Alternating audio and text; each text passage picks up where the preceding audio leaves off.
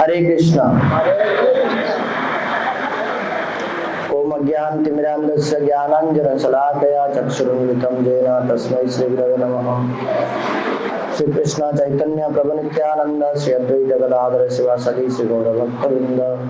हरे कृष्णा कृष्ण कृष्ण हरे हरे, हरे राम राम राम हरे हरे। तो आज आमर एबे जो मैं 3 दिनिया स्पिरिचुअल कोर्स करते करुले देखो 3 दिन जो स्पिरिचुअल कोर्स करुचे तार आज डे 2 आज टॉपिक अनुसार आज आमर थिला जगन्नाथ रथ यात्रा रहस्य एवं जगन्नाथ महाप्रभुଙ୍କର महिमा। आज सेटा आमे सुनिबा ए सब विषय श्रवण करिबा। हमर गण उपस्थित अछंती पूज्यपाद कृष्णदास प्रभु।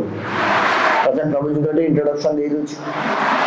जदि भी आमे भक्ति लाइन जेतल आसु बहुत अधिक पूर्व कौन करथिले सेटा को हम बहुत अधिक ध्यान दिया जाए ना कौन जदि जी बहुत अधिक एजुकेटेड किबा ठीक ठीक वेल टू डू फैमिली आछंती ताला हमको लागे ना नहीं ठीक ई जो जिनटा फॉलो करछंती से ठीक है दियो।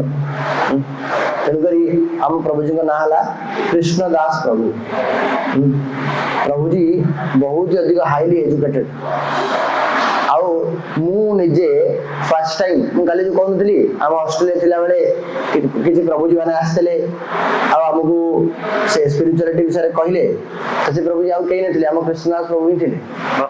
हम हॉस्टल को आस्तले पुरी रे तलाम पढुतलु हॉस्टल को आसी सर्वप्रथम स्पिरिचुअलिटी टा को ओरे साइंटिफिक वे रे बुझैते माने जेमदी पाठ पढा पिला माने बुझि पारे तने हम मान से समय पढुतलु ग्रेजुएशन तम भीतर किछि नॉलेज नै तो सही समय प्रभु जी मठरे मु सुनतली सुनिकरी मु निजे स्पिरिचुअलिटी प्रति अट्रैक्ट हेतली। अरे एमतिया पाठशाला पढा पिला जदी करूछन स्पिरिचुअलिटी फॉलो करछन ताले बहुत भलो कामटा गोटे हेतिबा तो प्रभु जी हमर बीटेक करछन कंप्यूटर साइंस रे।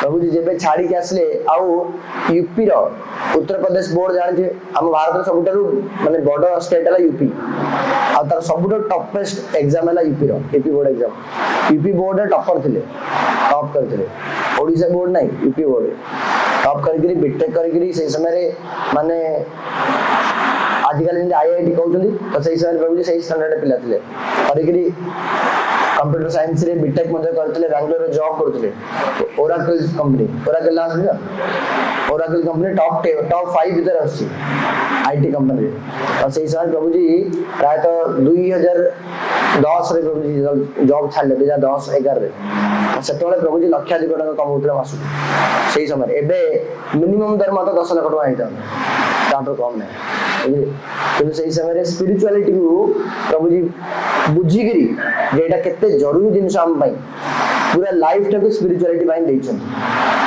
विशेष करी ए स्पिरिचुअल मैसेज को पहुंचाय पे हम मान भीतर चाकरी बाकरी तो से भी करि थाते ता मन कोन नदी चाकरी बाकरी करे खराब जिंस किंतु स्पिरिचुअल मैसेज ता पहुंचे अन्य मान पर ताटर जरूरी कारण आज काले विशेष कर यूथ माने भटकी जाइछन ना पूरा मिसगाइडेड हे जाइछन कई माने जहां मन इच्छा से सब करूछन जीवन टा पूरा बहुत खराब विचार नै जाउछन तो से मान गाइड करिया पे प्रभु जी विशेष करी कोन करछन फुल लाइफ डेडिकेटेड बहुत पढ़ी बहुत इंटेलिजेंट सब कुछ हला पर मध्य स्पिरिचुअल मैसेज ठीक ठीक ऊपर बुझिया पे कारण आजिकल बहुत लोग तो स्पिरिचुअलिटी मैसेज पहुंचु ना मान पाखे किंतु ठीक मैसेज किए पहुंचु प्रॉपर दिन काली कहली ए बेले भावना हम भीतर अछि ना मुंड भीतर तो जे भी या कहउछि ताको हम ए बेले ही ग्रहण कर दो ताको जिनटा ग्रहण करूने तो से बेले प्रभु जी ए जो सकेल ए जो माने हमर माइंड जो बसी के अछि जे नै नै ए सब जिनटा कि लाभ नै एई भ्रम धारणा को दूर करिया में प्रभु जी विशेष करी लाइफ टाको दैछन पूरा पूरा जीवन ए सब स्पिरिचुअल मैसेज को स्प्रेड करिया में दैछन। बहुत मोर बलिया तो हमें बहुत केते एमती यंग पिला को गाइड करछन ठीक ठीक रास्ता जे खाली हम माने एमती ना जे भाबी नै नै हमको गाइड करी खाली मठु अनचंदे ब्रह्मचारी कर दैछन नै बहुत बहुत पिला अछंती ଆମର ଏବେ ଜଣେ ଭକ୍ତଙ୍କୁ ଗାଇଡ କରିଛନ୍ତି, ସେ IAS IPS IITN ପ୍ରଭୁଜୀଙ୍କ ଷ୍ଟୁଡେଣ୍ଟ ପାଠ ପଢେଇଛନ୍ତି। ପିଲା ଥିଲା ଘରେ ଥିଲାବେଳେ ପଢଉଥିଲେ, ଏବେ ମଠକୁ ଆସିଲା ପରେ ମଧ୍ୟ ପିଲାଙ୍କୁ ଗାଇଡ କରୁଛନ୍ତି। ପ୍ରଫେସନାଲ ଲାଇଫରେ ମଧ୍ୟ ଯୋଉମାନେ ପ୍ରଫେସନ କରୁଛନ୍ତି ସେମାନଙ୍କୁ ମଧ୍ୟ କେମିତି ସେମାନେ ସ୍ପିରିଚୁଆଲିଟି ଫଲୋ କରିବେ ନିଜ ଜୀବନରେ, ସେଇଟା ବି ଗାଇଡ କରୁଛନ୍ତି। ଠିକ ଅଛି, ଏବେ ଜୋରରେ ସମସ୍ତେ ହାତ ଉପରୁ କରିକି ମହାମନ୍ତ୍ର ସହିତ ପ୍ରଭୁଜୀଙ୍କୁ ସ୍ୱାଗତ କରିବା। ପ୍ରଭୁଜୀ ଏବେ ଜଗନ୍ନାଥଙ୍କ ବିଷୟରେ ଆମକୁ କହିବେ, ଧ୍ୟାନ ସହକାରେ ଶୁଣିବା। हरे कृष्णा कृष्णा कृष्णा हरे हरे, हरे राम राम राम हरे हरे।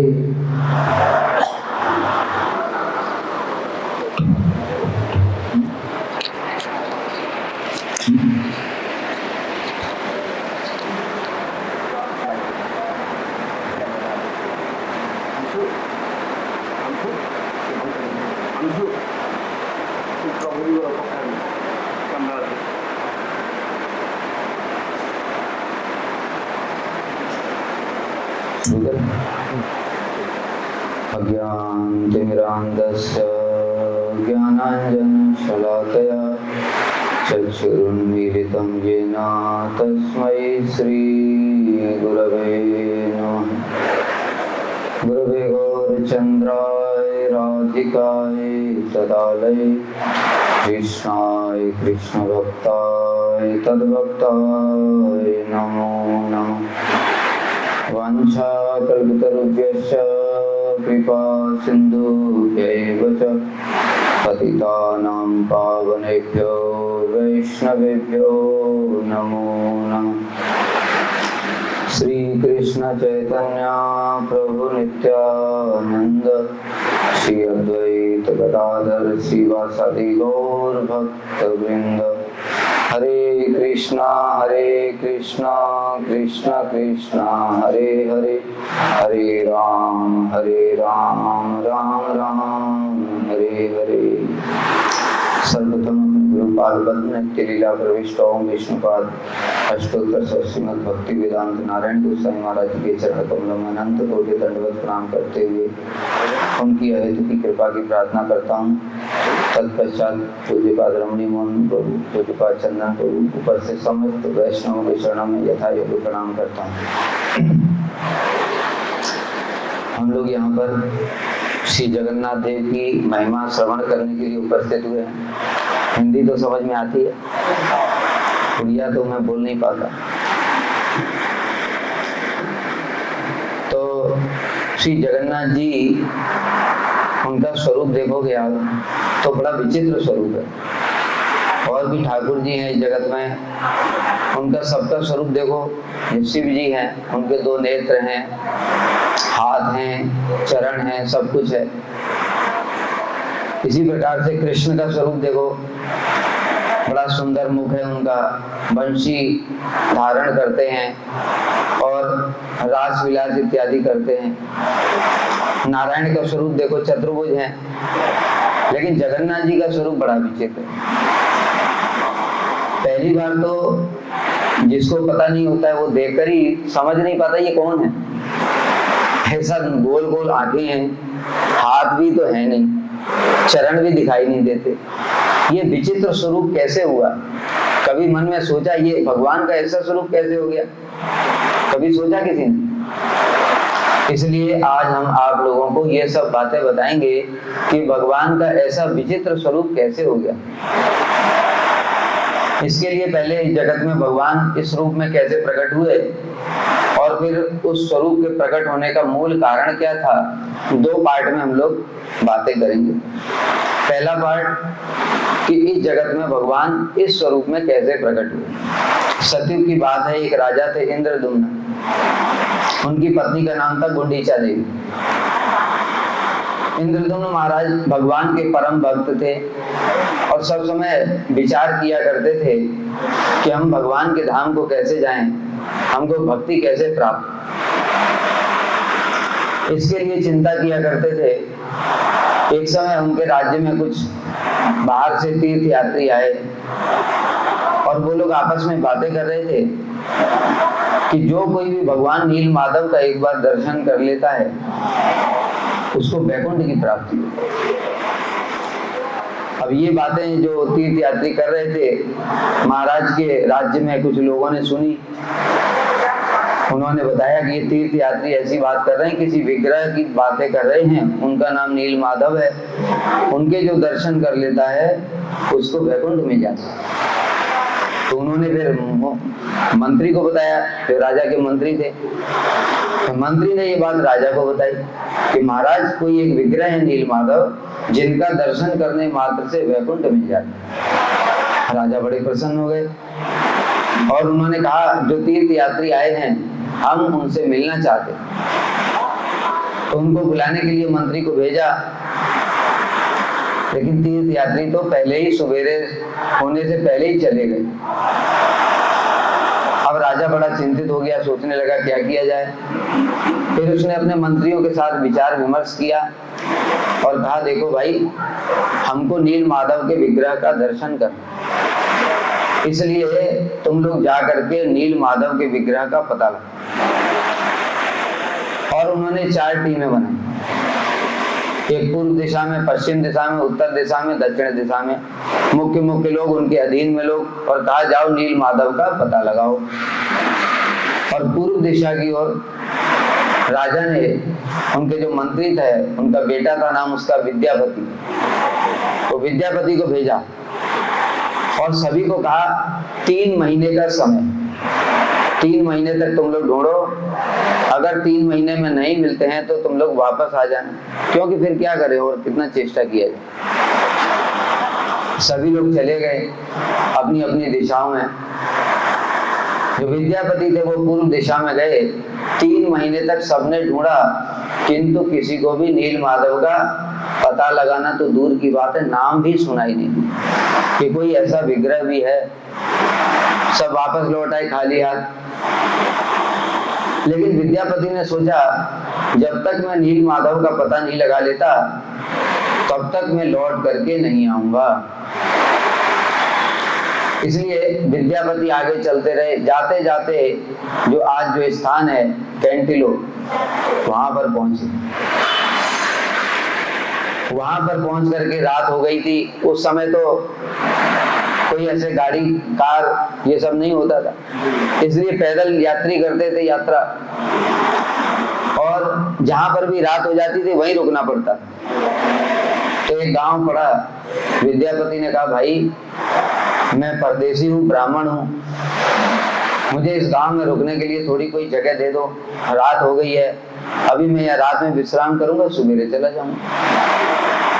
तो गांव के लोगों ने कहा कि हमारे मुखिया हैं विश्वावसु, आप उनके घर में चले जाइए, वो सभी जो भी हमारे गांव में तीर्थ यात्री आते हैं उनके रहने खाने इत्यादि की व्यवस्था सब वही करते हैं। तो विद्यापति उनके घर में चले गए। वहां पर उनकी बेटी थी ललिता। तो ललिता ने कहा कि अभी मेरे पिताजी आने वाले हैं, आप बाहर बैठ करके थोड़ा विश्राम कीजिए और इंतजार कीजिए। तो विद्यापति वहीं बैठ करके इंतजार करने लगे। विश्वावसु आए संध्या के समय लौट करके, उनके शरीर से एक दिव्य सुगंध आ रही थी, बड़ा आकर्षक सुगंध।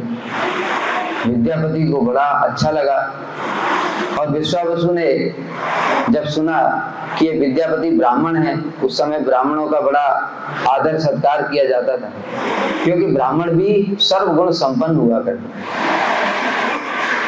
इसलिए सभी लोग उनका बड़ा सम्मान करते थे। यहाँ तक कि जो राजा हैं वो भी ब्राह्मणों के सामने आने पर उठ करके खड़े होकर के उनका सम्मान किया करते थे। ब्राह्मण ऐसे सदाचारी होते थे।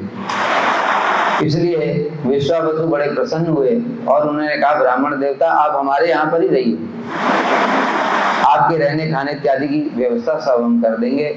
और अपनी बेटी ललिता को कहा कि देखो तुम इनकी अच्छे से सेवा करना, ये परदेशी हैं, ब्राह्मण हैं, अतिथि हैं। तो इस प्रकार से विश्वावसु ने ललिता को बोला, तो ललिता ने उनके खाने पीने रहने की सब व्यवस्था कर दी। अगले दिन प्रातः काल हुआ, विश्वावसु गए, फिर से सवेरे चले जाते थे और शाम के समय आते थे। वो जो सुगंध, दिव्य सुगंध आती थी, विद्यापति उसको बड़े आकर्षित होते थे। ये दिव्य सुगंध कहाँ से आती? मैंने तो अपने जीवन में ऐसा दिव्य सुगंध कहीं नहीं देखी। इसलिए उन्होंने सोचा 2-4 दिन और यहाँ रुक जाता हूँ, शायद कुछ नील माधव का पता चल जाए। इसलिए वो थोड़े दिन वहीं रुक गए। अभी विश्वावसु तो सुबेरे चले जाते थे और दोपहर में या शाम के समय ठाकुर जी का सेवा करके लौटते, लेकिन यहाँ पर ये ललिता और विद्यापति अकेले रहते। ललिता भी दिन भर उनकी सेवा करती। धीरे धीरे आपस में बातचीत करते करते उनमें प्रेम हो गया। तो फिर विद्यापति ने उनको बोला कि मैं ललिता से विवाह करना चाहता हूँ। विश्वावसु ने कहा बहुत अच्छी बात है, ब्राह्मण युवक, बड़ा सुंदर, बुद्धिमान, सर्वगुण संपन्न, तो अपनी बेटी के लिए ऐसा योग्य वर और कहाँ मिलेगा, वो तो शबर जाति के थे। इसलिए उन्होंने विवाह कर दिया। अभी जब विश्वावसु जाने लगे अपने ठाकुर जी की सेवा करने के लिए, तब एक दिन विद्यापति ने ललिता से कहा कि देखो तुम मेरी पत्नी हो और पत्नी को कोई भी बात पति से नहीं छुपानी चाहिए। मुझे ये बताओ, ये तुम्हारे पिताजी जाते कहाँ हैं? और जब ये लौट करके आते हैं तो इनके शरीर से बड़ी दिव्य सुगंध आती है, ये सुगंध कहाँ से आती है? तो ललिता ने कहा कि नहीं, ये बात मैं आपको नहीं बता सकती क्योंकि मेरे पिताजी ने मना किया है। तो विद्यापति ने कहा देखो, मना किया है तो पहले की बात है, किंतु अभी तो मैं तुम्हारा पति हूँ और शास्त्र में बताया है पति देवो भव, पत्नी को सारी बात पति को बता देनी चाहिए। इसलिए तुम मुझसे कुछ भी मत छुपाओ और तुमको मेरे ऊपर विश्वास रखो, मैं थोड़ी तुम्हारा कुछ गलत करूंगा, मैं तुम्हारा पति हूँ। तो ललिता को ऐसे बोला तो ललिता को थोड़ा विश्वास हुआ, चलो ठीक है, पति है मेरे, इनको तो बता ही देती हूँ। इसलिए उन्होंने बताया कि मेरे पिताजी नील माधव की सेवा करने के लिए जाते। अभी लगभग 6 महीना बीत गया। 6 महीने के बाद में कम से कम नील माधव का नाम तो सुनाई दिया। अभी तो दर्शन तो दूर की बात है, किसी से नील माधव का नाम तक सुनाई नहीं दिया। इसलिए विद्यापति को हृदय में बड़ा आनंद हुआ और फिर वो कहने लगे देखो ललिते, क्या ऐसा संभव है कि मुझे भी वो नील माधव का दर्शन हो जाए? एक बार मैं भी ठाकुर जी का दर्शन करना चाहता हूँ। ललिता ने कहा ठीक है, मैं विचार करती हूँ, आज पिताजी आएंगे तो उनसे बात करूँगी। पिताजी लौट करके आए। ललिता ने कहा देखो पिताजी, मैं आपसे कुछ मांगना चाहती हूँ। तो उनकी एक ही बेटी थी, तो उन्होंने कहा अरे बेटी मांगो, सब कुछ तो तुम्हारे लिए ही। तो ललिता ने कहा पिताजी, मैं आपसे ऐसी कठिन वस्तु मांगूंगी कि जो आपके लिए आपको संकोच होगा। तो कहने लगे नहीं नहीं कोई बात नहीं, तुम मांगो तो सही, मैं तुम्हें दूंगा। तो उन्होंने कहा कि मेरे पति को आप नील माधव का दर्शन करा दो। ये सुनकर के विश्वावसु वो तो भयभीत हो गए। कारण क्या था कि नील माधव का दर्शन अगर कोई अयोग्य व्यक्ति करेगा तो ठाकुर जी अंतर्धान हो जाएंगे। ये समस्या थी। अभी पता कैसे चलेगा कौन योग्य है कौन अयोग्य है? अभी किसी को ऐसे लेकर के चले गए और वो अयोग्य निकला तो ठाकुर जी तो चले गए, विश्वावसु क्या करेंगे? वो हमारी तरह नहीं, आजकल जो सेवा होती है वो प्रीति की पूर्वक सेवा नहीं होती। आजकल ठाकुर जी की सेवा सैलरी के लिए होती। मंदिरों में, मंदिर और मठ में क्या अंतर है पता है? कल बताया क्या? देखो मंदिर में देखोगे ना, पुजारी, अभी अयोध्या का मंदिर में हुआ ना, विग्रह प्रतिष्ठा हुआ, वहां पर पुजारियों की जैसे टीचर की भर्ती होती है, जैसे इंजीनियरों की भर्ती होती है, ऐसे पुजारियों की भर्ती हो रही है। उसमें बाकायदा लिखा रहता है ये पे स्केल रहेगा, ये सैलरी रहेगी, ये तुमको फैसिलिटीज मिलेंगी, ये सब। भाई ये क्या है? ये तो नौकरी होगी, बिजनेस। मैं ठाकुर जी की सेवा करूंगा, उसके बदले मुझे सैलरी मिलेगी, तो सेवा कहाँ हुआ? ये तो बिजनेस हो गया। ये तो जैसे हम कंपनी में नौकरी करते हैं तो हमको सैलरी मिलती है, कंपनी की सेवा कर रहे हैं, सैलरी देती कंपनी। तो ना कंपनी हमारे ऊपर एहसान कर रही है ना हम कंपनी के ऊपर एहसान कर रहे हैं, दोनों का अपना अपना स्वार्थ है। ये मंदिर होता है। लेकिन मठ क्या होता है? मठ में होता है मठन्ते वसन्ते यत्र छात्रा, परमार्थ के लिए, बिना किसी अपने उद्देश्य के लिए, स्वार्थ के लिए। जब एक साथ पारमार्थिक जीवन को प्राप्त करने के लिए छात्र लोग एक जगह रहते हैं, उसको मठ कहते। इसलिए दोनों में जमीन आसमान का अंतर है। एक जगह पूरी इच्छाएं हैं, जहां पर सैलरी नहीं मिली तो पुजारी घंटा नहीं बजाएगा मंदिर का, ठाकुर जी का मंदिर ही नहीं खुलेगा, सेवा बंद। ऐसा भी बहुत सारे मंदिरों में न्यूज पढ़ो तो आप कभी सुना होगा, हमने तो बहुत बार देखा है। लड़ाई झगड़ा हो जाता है, बांके बिहारी का मंदिर ही बंद कर दिया।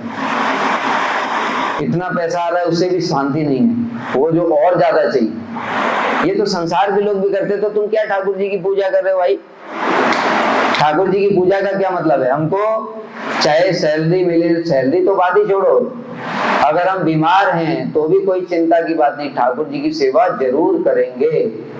भगवान की सेवा कभी नहीं रुकनी चाहिए, किसी भी परिस्थिति में, किसी भी अवस्था में। ये होता है मठ। इसलिए वहां पर परमार्थिक शिक्षा दी जाती है कि हम नेचुरली भगवान के जीव, भगवान का अंश है। भगवान गीता में कहते हैं ममय वांसो जीव लोके जीव भूत सनातन, जीव मेरा अंश है।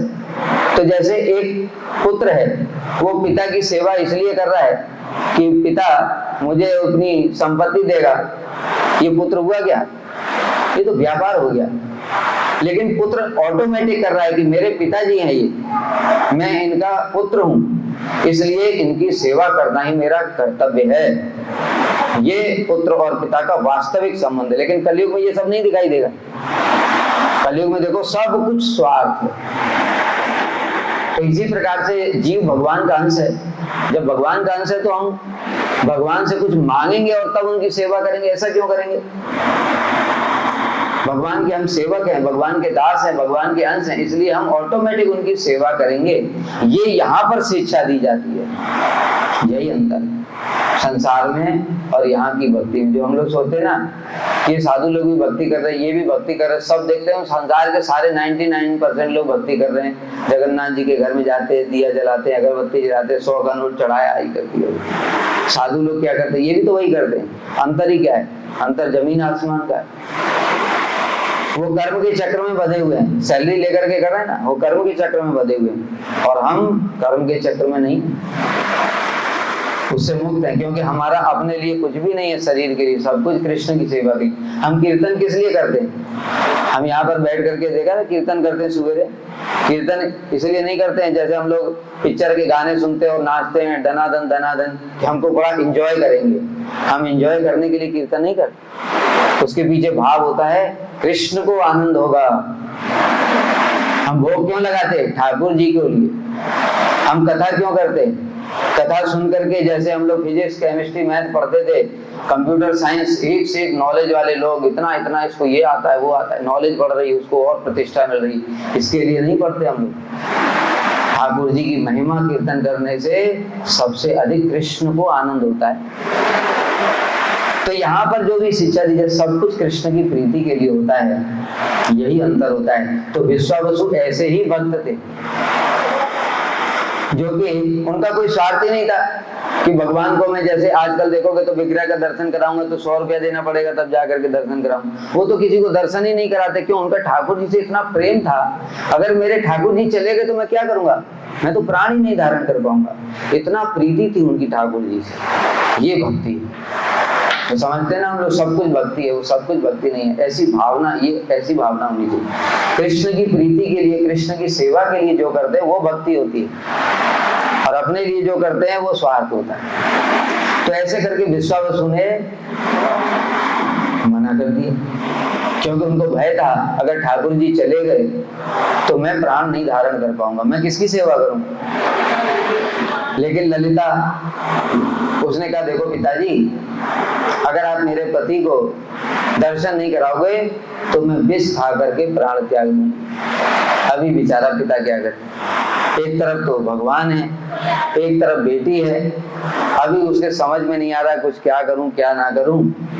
तब फिर उसने थोड़ा बहुत विचार किया और सोचा ये विद्यापति तो ठीक ही लगता है, योगी ही है, ब्राह्मण है, गुण संपन्न भी है, इसलिए इसको मैं दर्शन करा देता हूँ, लेकिन रास्ता नहीं बताऊंगा जिससे कि ये किसी दूसरे को ना ले आए, अनधिकारी व्यक्ति को। इसलिए उसने कहा ठीक है, मैं इनको दर्शन तो करा दूंगा, लेकिन मेरी शर्त है मैं आंखों पे पट्टी बांध करके ले जाऊंगा। ललिता ने कहा ये ठीक, शर्त हो गई। अगले दिन सवेरे जब विद्यापति जाने के लिए तैयार हुए तो उन्होंने ललिता से फिर प्यार से कहा, ललिते तुम तो बड़ी बुद्धिमान, क्या कोई ऐसा तरीका है जिससे हम बाद में भी दर्शन कर सके? ललिता ने कहा मैं सोच करके बताती। और जब विद्यापति जाने लगे तो उनके हाथ में चुपचाप से एक ऐसे पोटली पकड़ा दी, सरसों के दाने थे उसमें, और कहा देखो बरसात का टाइम, ये सरसों के दाने रास्ते में गिराते हुए चले जाना, बरसात का समय है इसलिए कुछ ही दिनों के बाद में उसमें से पौधे निकल आएंगे, पीले पीले पौधे निकल आएंगे, तो रास्ता बन जाएगा ऑटो में। तो क्या बुद्धि लगाए, तब जीपीएस तो होता नहीं था, इसलिए यही जीपीएस। तुमने ऐसे करके मार्ग बना दिया। अब विद्यापति ने उनकी बड़ी प्रशंसा की कि ललिता तुम सच में बहुत बुद्धिमान। अब विश्वावसु ने उनको बैलगाड़ी में बिठाया, आंख में पट्टी बांधी और जानबूझ करके, जैसे हमको अगर सीधे रास्ते से जाना है तो क्या होगा, वो कई लोग होते हैं उनका ब्रेन बड़ा तेज होता है, तो जिस रास्ते से गए आंख बंद करके भी तो भी वो पहचान लेते, तो इसलिए उसने इधर घुमाया उधर घुमाया, इधर घुमा घुमा करके जो थोड़ी सी दूर थी उसको घुमा घुमा करके लेकर के गए। बहुत चतुर था विश्वावसु। फिर वहां पर पहुंच करके जब पर्वत के नीचे पहुंच गए, नील माधव का विग्रह जो पर्वत के ऊपर गए, तो कभी गए तो गूगल पे देख लेना वीडियो में, ठीक है, वहां पर देखना नील माधव कैंटिलो डालोगे तो वहां पर एक पर्वत के ऊपर में ठाकुर जी विराजमान हैं। तो पर्वत के नीचे जब बैलगाड़ी रुक गई उसके बाद में उनको हाथ पकड़ करके फिर ऊपर ले गए, और ऊपर ले जा करके नील माधव के सामने जा करके आंखों की पट्टी खोल, आंखों की पट्टी खोली तो इतना सुंदर विग्रह ठाकुर जी का। विद्यापति तो आश्चर्य में पड़ गए कि जैसा सुना था वैसा ही विग्रह, बड़ा सुंदर अद्भुत चतुर्भुज विग्रह, नारायण के समान, और भगवान की शक्तियां भी उनके साथ, श्री लीला शक्ति सब विराजमान है। हृदय में विद्यापति को बड़ा आनंद हुआ, उनको वहीं खड़ा कर दिया विश्वावसु ने, और उसके बाद में बोले कि मैं ठाकुर जी की सेवा के लिए थोड़ा पुष्प चंदन इत्यादि लेकर के आता हूँ। जंगल है वहां पर, तो जंगल से पुष्प और चंदन लेने के लिए चले गए, और इधर विद्यापति ठाकुर जी का दर्शन कर रहे थे, हृदय में बड़ा आनंद हो रहा था। उसी समय उन्होंने एक बड़ी अद्भुत घटना देखी। उन्होंने देखा वहां पर एक कुंड था, उसका नाम रोहिणी कुंड। वो कुंड था, उस कुंड में बहुत सारे सुंदर सुंदर पेड़ थे चारों ओर, उसमें बड़े सुंदर सुंदर फूल लगे हुए थे, कमल इत्यादि खिले हुए थे, और जो पेड़ के ऊपर में एक कौवा बैठा, आम के पेड़ के ऊपर, तो कौवा बैठ करके सो रहा था, और नीचे कुंड था। सोते सोते उसको झपकी लगी और कौवा गिर गया कुंड में। जैसे ही कुंड में गिरा तो विद्यापति ने देखा, बड़ी आश्चर्यजनक घटना, वो तो चतुर्भुज हो गया। विद्यापति हैरान हो गए कि कौवा चतुर्भुज हो गया, और गरुड़ जी आए, गरुड़ जी ने उसको अपने पीठ पर बिठाया और बैकुंठ लेकर के चले गए। विद्यापति बड़े आश्चर्यचकित हुए, क्या अद्भुत घटना है भाई, अरे ये कौवा, ये तो इतना नीच पक्षी माना जाता है कौवा, देखा है मांस वांस सब खाता है, अपवित्र होता है, और मैं तो ब्राह्मण हूँ, मैं ब्राह्मण हूँ, तो मुझे तो जरूर ही भगवान का धाम प्राप्त हो जाएगा, जब ये चतुर्भुज हो गया तो मैं भी हो जाऊंगा। इसलिए जो विद्यापति उसमें कूदने के लिए तैयार है। जैसे ही कूदने को तैयार हुए आकाशवाणी हुई, विद्यापति प्राण मत त्याग करो, तुम जिस कार्य के लिए आए हो पहले वो करो, तुमको वैकुंठ तो बाद में भी प्राप्त हो जाएगा। इसलिए वो आकाशवाणी स्वयं भगवान ने की। क्यों? ये सब भगवान की इच्छा से ही हो रहा है। इसलिए बताया ना, ये सब ऑटोमेटिक सब चीजें नहीं है। जब धीरे धीरे हम भजन करते तब ये सब चीजें समझ में आती हैं। वो विद्यापति को ही पूर्व दिशा में क्यों जाना था, वो पश्चिम दिशा में नहीं जा सकता। राजा के हृदय में भगवान वैसी ही प्रेरणा देंगे, विद्यापति को पूर्व दिशा में भेजा, विद्यापति के माध्यम से होना है। फिर उसको लेकर के वहां गांव तक कौन गया, वो तो कुछ भी नहीं जानता। जंगल में जाकर के शेर के पास भी जा सकता था कि नहीं, तो वहीं तक क्यों पहुंचा? क्योंकि भगवान है हृदय में, हमारे सबके हृदय में चैत्य गुरु के रूप में प्रेरणा देते हैं। जिसका जैसा गुरुजन का कर्म है उसके अनुसार वैसा ही उसको भोग कराते हैं, ये सब भगवान करते हैं। इसलिए उसके माध्यम से भगवान को जगत में अपना स्वरूप प्रकट करना था, इस कारण से वहां पर ऐसे पहुंचे। तो विद्यापति फिर कूदे नहीं उसमें, विश्वावसु आए, उनको वापस लेकर के आ गए। कुछ दिनों के बाद में विद्यापति ने कहा कि मैं बहुत 6 महीना हो गया मुझे घर से निकले, घर वाले चिंता कर रहे हो, अभी तक आया नहीं, इसलिए मैं कम से कम घर में जाकर के एक बार बता तो दूं कि भाई मैं जीवित हूँ। 6 महीने तक कोई बाहर रहेगा तो हमको क्या पता चलेगा, यही सोचेंगे ना कि मर गया क्या हुआ, अरे कम से कम कुछ तो फोन वोन मैसेज कुछ तो करता। अभी उस समय तो मैसेज नहीं होते थे, तो उस समय तो जाकर ही बोलना पड़ता था, इसलिए विद्यापति ने ऐसे कहा। और फिर दूसरी बात, उनको इंद्रद्युम्न महाराज को बताना भी था कि मैंने नील माधव का पता लगा लिया, इसलिए फिर विद्यापति वहां से चले आए। इंद्रद्युम्न महाराज को आकर के बताया, महाराज मैंने नील माधव का पता लगा लिया। महाराज बड़े प्रसन्न हुए और कहने लगे नील माधव का दर्शन करके वैकुंठ प्राप्त होता है, इसलिए अपनी रानी, मंत्री और सेना वेना सब लेकर के चलो, सब लोग नील माधव का दर्शन करेंगे। नील माधव का दर्शन करने के लिए गए और वहां पर बरसात तो हो ही गई थी। अब पैदल वहां से गए, पैदल वहां पर आए तो तब तक कितने महीने बीत गए थे, तो वो जो सरसों के पेड़ थे वो सब निकल आए थे, इसलिए वो वही रास्ते रास्ते होकर के सीधे ऊपर की ओर चले गए नील माधव। किंतु वहां पर जब पहुंचे तो ठाकुर जी अंतर्धान, पहले ही बताया था। ठाकुर जी का कंडीशन यही थी कि अगर कोई अनधिकारी व्यक्ति देख लेगा तो अंतर्धान हो जाएंगे। अभी ठाकुर जी अंतर्धान हो गए, और ठाकुर जी अंतर्धान हो गए। इंद्रद्युम्न महाराज इतनी दूर से आए, वो तो राजा हैं, उनको दर्शन नहीं हुआ तो उनको बड़ा क्रोध आया। उसने सोचा ये विश्वावसु ने कहीं ठाकुर जी को छुपा दिया, इसलिए इंद्रद्युम्न महाराज ने विश्वावसु को और सारे गांव को बंदी बना लिया।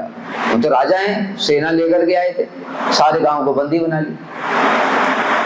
लेकिन इंद्रद्युम्न महाराज ही भक्त थे, भगवान के परम भक्त थे, इसलिए वो दुखी होकर के बैठ गए और सोचने लगे नील माधव का दर्शन नहीं हुआ तो मैं भी प्राण ही त्याग दूंगा।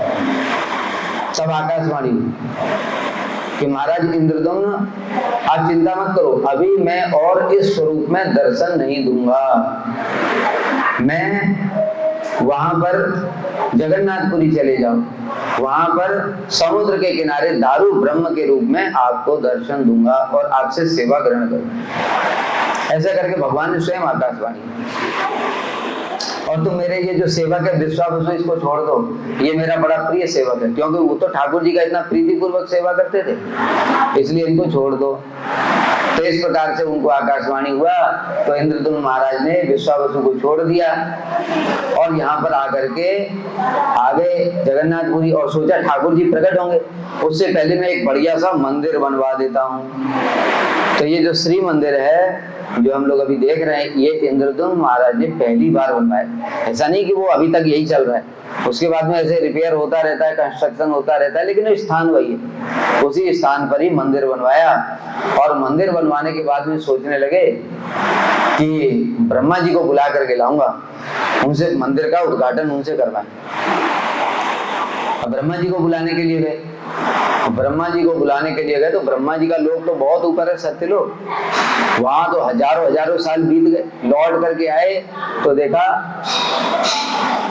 कि जो मंदिर था वो मंदिर पर दूसरे राजा ने कब्जा कर लिया। क्या हुआ कि यहाँ तो देखा फानी आया था, जब फानी, समुद्र के तूफान आते रहते हैं, कितने बड़े बड़े तूफान आते हैं, सुनामी भी आता है, क्या क्या होता रहता है समुद्र में, वो उसके कारण वो पूरा का पूरा मंदिर बालू से ढक गया, पूरा मंदिर ही ढक गया।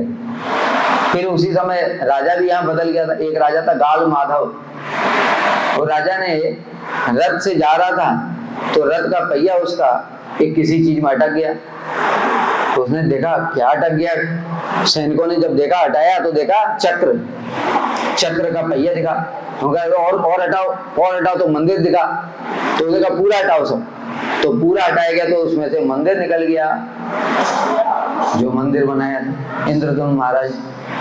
तो गाल माधव ने अपना उस पर आधिपत्य कर लिया कि ये मंदिर मेरा है।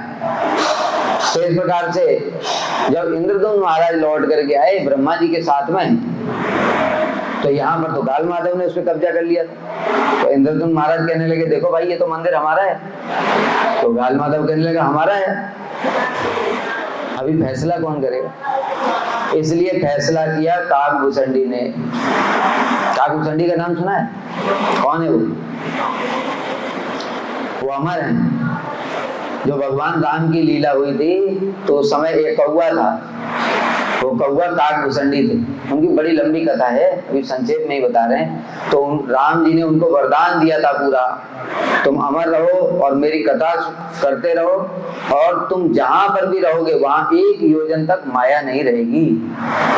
इसलिए यहाँ जो श्री मंदिर है वहां पर जो वट वृक्ष है ना, वट वृक्ष कल्प वृक्ष जिसको बोलते हैं, उसके ऊपर में काकभूषणी रह करके राम कथा करते हैं। शिव जी स्वयं कथा सुनने के लिए आते हैं वहां पे। तो साधारण नहीं है, सोचो शिव जी सारे जगत के पूज्य हैं, जगत गुरु हैं, वो सारे देवताओं के भी पूज्य हैं, वो भी स्वयं काकभूषणी से हरि कथा सुनने के लिए आते हैं। तो काकभूषणी क्योंकि अमर है, इसलिए ब्रह्मा जी ने कहा देखो काकभूषणी से पूछ लो, क्योंकि ये तो सब जानते हैं।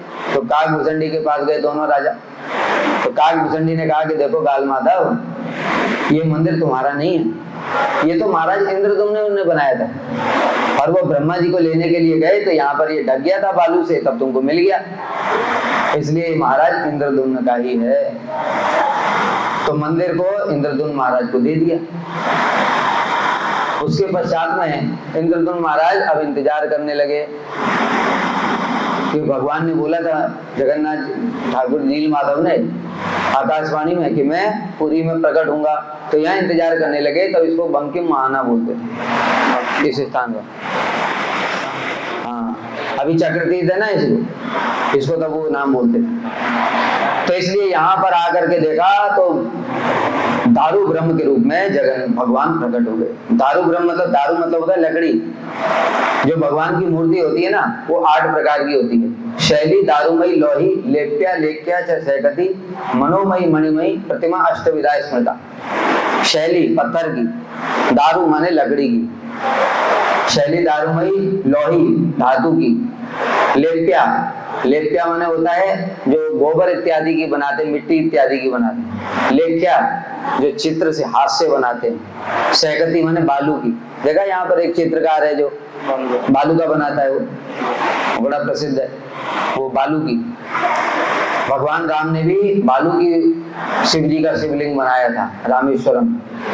लेप्या, लेख्या च सैकती, मनोमयी मानसिक और मणिमयी मणियों की। इस प्रकार से 8 प्रकार की प्रतिमा शास्त्र में बताई गई है। तो जगन्नाथ जी जो हैं वो दारू ब्रह्म के रूप में प्रकट हुए, और उसके ऊपर में शंख, चक्र, गदा, पद्म बने हुए थे। तो राजा समझ गए ये साधारण लकड़ी नहीं है। अरे लकड़ी के ऊपर शंख, चक्र, गदा, पद्म कैसे बनेगा? तो वो समुद्र में बह रही लकड़ी। इसलिए वो लकड़ी को निकालने के लिए राजा ने कोशिश की, लकड़ी बाहर नहीं आई, क्योंकि बताया वो साधारण लकड़ी नहीं है। साधारण लकड़ी होती तो बाहर खींच लेते। राजा ने हाथी लगवा दिए, हाथी के द्वारा खींचने पर भी लकड़ी बाहर नहीं आई। तो राजा फिर बड़ा सोचने लगा क्या करूंगा मैं, और तो कोई उपाय नहीं है।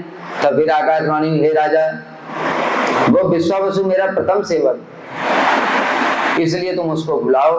एक तरफ वो मेरे को हाथ लगाएगा और दूसरी तरफ विद्यापति, ललिता और उसके जो लोग हैं वो सब मेरे को हाथ लगाएंगे, तब मैं बाहर आ जाऊंगा। तो ऐसे ही राजा ने किया। भगवान देखो अपने पुराने सेवक को कभी नहीं भूलते, इसलिए भगवान ने उसको भी इतना सम्मान किया कि वो जब तक नहीं मेरे को स्पर्श करेगा तब तक मैं बाहर ही नहीं आऊंगा। तो ऐसे करके विश्वावसु विद्यापति को बुलाया, उन्होंने फिर लकड़ी को बाहर निकाला। फिर रथ के ऊपर में सोने का रथ बनाया गया। सोने के रथ के ऊपर बताया ना, क्योंकि ये लकड़ी नहीं है, ये स्वयं ब्रह्म है, इसलिए जगन्नाथ जी को दारू ब्रह्म कहते हैं। लकड़ी मतलब साधारण, लेकिन ब्रह्म मतलब लकड़ी के रूप में भगवान है। वो लकड़ी जैसा हमको दिख रहा है लेकिन है भगवान, इसको कहते हैं दारू ब्रह्म। तो इस प्रकार से सोने का रथ मंगा करके ले गए और उसके बाद महल में रख करके सारे के सारे जितने भी उड़ीसा में जितने भी क्षेत्र में जितने बड़े बड़े शिल्पकार हैं, कारीगर हैं, सबको निमंत्रण दिया।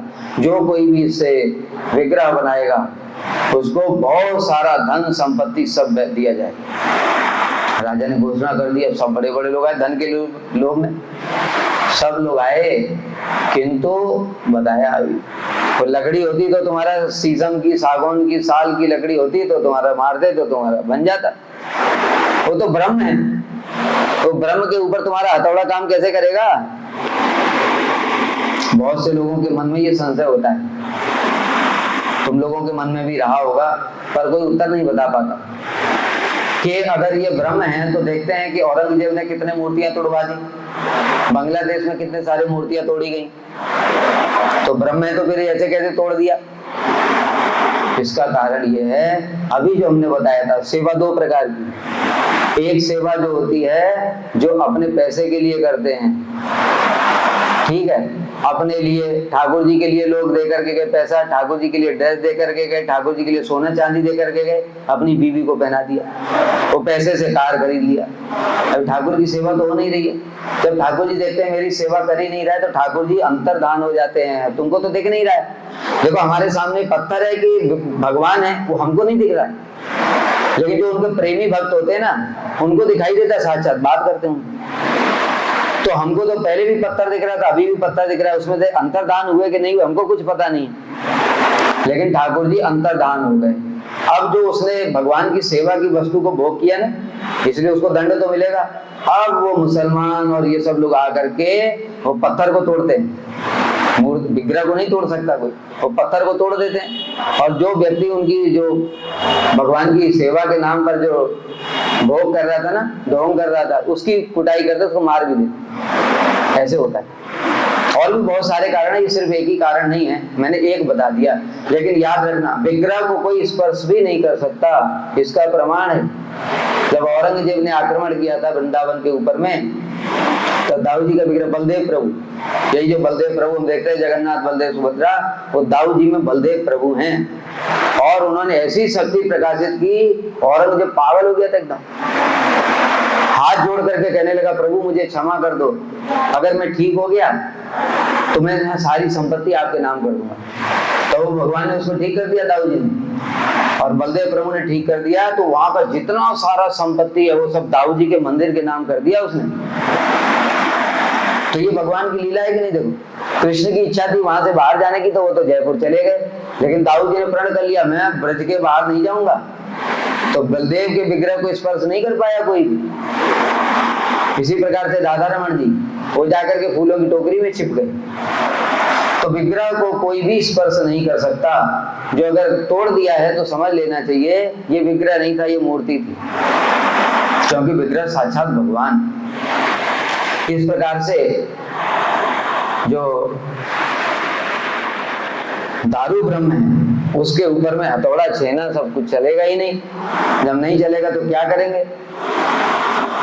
इसलिए राजा फिर बड़ा परेशान हो गया कि कोई भी जितना भी लोग थे कारीगर, वो सबके सब फेल हो गए, कुछ नहीं कर पाए। अब क्या किया जाए? राजा बड़ा चिंता में। कुछ दिनों के बाद में एक ब्राह्मण आया, बड़ा वृद्ध था लेकिन बड़ा सुंदर था। उसने कहा, महाराज मुझे भी आप एक मौका दो। तो गुंडीचा देवी ने कहा कि ठीक है, अब ये सब हो तो वैसे ही कुछ नहीं रहा है, मौका देने में क्या जा रहा है, तो इसलिए दे दो इसको। लेकिन उसने कहा, ब्राह्मण ने मेरी शर्त है, 21 दिन तक मैं द्वार बंद करके भीतर में काम करूंगा और कोई मुझे डिस्टर्ब नहीं करेगा। अगर बीच में डिस्टर्ब कर दिया तो फिर मैं काम नहीं करूंगा। तो शर्त है भाई, माननी पड़ेगी, क्योंकि और तो कुछ हो ही नहीं रहा, उपाय नहीं बचा है। तो उन्होंने कहा, हमको पता कैसे चलेगा कि अंदर खटपट की आवाज तो आई, काम करेंगे तो लकड़ी की आवाज आएगी कि नहीं। तो इसलिए वहां पर काम शुरू हो गया, मंदिर भीतर से द्वार बंद हो गया और वो काम करता रहा। काम करते करते 14 दिन हो गए। 14 दिन के बाद में आवाज आनी बंद हो गई। अब गुंडीचा देवी सोचने लगी, रे वो ब्राह्मण है, भूखा प्यासा कहीं मर ना गया हो, अगर वो मर गया तो हमको तो ब्रह्म हत्या का पाप लग जाएगा। इसलिए आप कुछ कीजिए। तो राजा ने मंत्रियों के साथ विचार किया। अब कुछ लोग कह रहे हैं कि नहीं नहीं भाई, उसने मना किया था, कहीं ऐसा ना हो कि काम ही अधूरा रह जाए। अभी राजा बड़ा असमंजस में पड़ गया। मुझे कहते काम ज्यादा जरूरी है कि ब्राह्मण की जीवन ज्यादा जरूरी है। उसने सोचा कि देखो ब्राह्मण है, साधारण नहीं है, इसलिए हम ब्राह्मण का देखते पहले। उसने दरवाजा जबरदस्ती खुलवा दिया। वास्तव में भगवान की इच्छा है। दरवाजा जबरदस्ती जब खुलवाया तो देखा भीतर में ब्राह्मण तो है नहीं, और जगन्नाथ, बलदेव, सुभद्रा, सुदर्शन, उनके विग्रह अधूरे अधूरे। जगन्नाथ जी की आंखें ऐसी गोल गोल, हाथ ऐसे ऐसे, पैर है ही नहीं। ऐसे ही बलदेव प्रभु ऐसे, सुभद्रा देवी का तो और भी हाथ भी नहीं है। ऐसा विचित्र विग्रह जब देखा तो इंद्रदम्न महाराज को तो बहुत दुख हो गया। उन्होंने कहा मैंने अपना वचन पालन नहीं किया, इसलिए वो ब्राह्मण तो अंतर्धान हो गया, वो कोई साधारण ब्राह्मण नहीं था। और अब मैं क्या करूं? अब तो मैं प्राण ही त्याग दूंगा। तब फिर से भगवान ने आकाशवाणी की, हे महाराज तुम प्राण मत त्यागो, मैं इस संसार में इसी रूप में ही प्रकट होना चाहता था।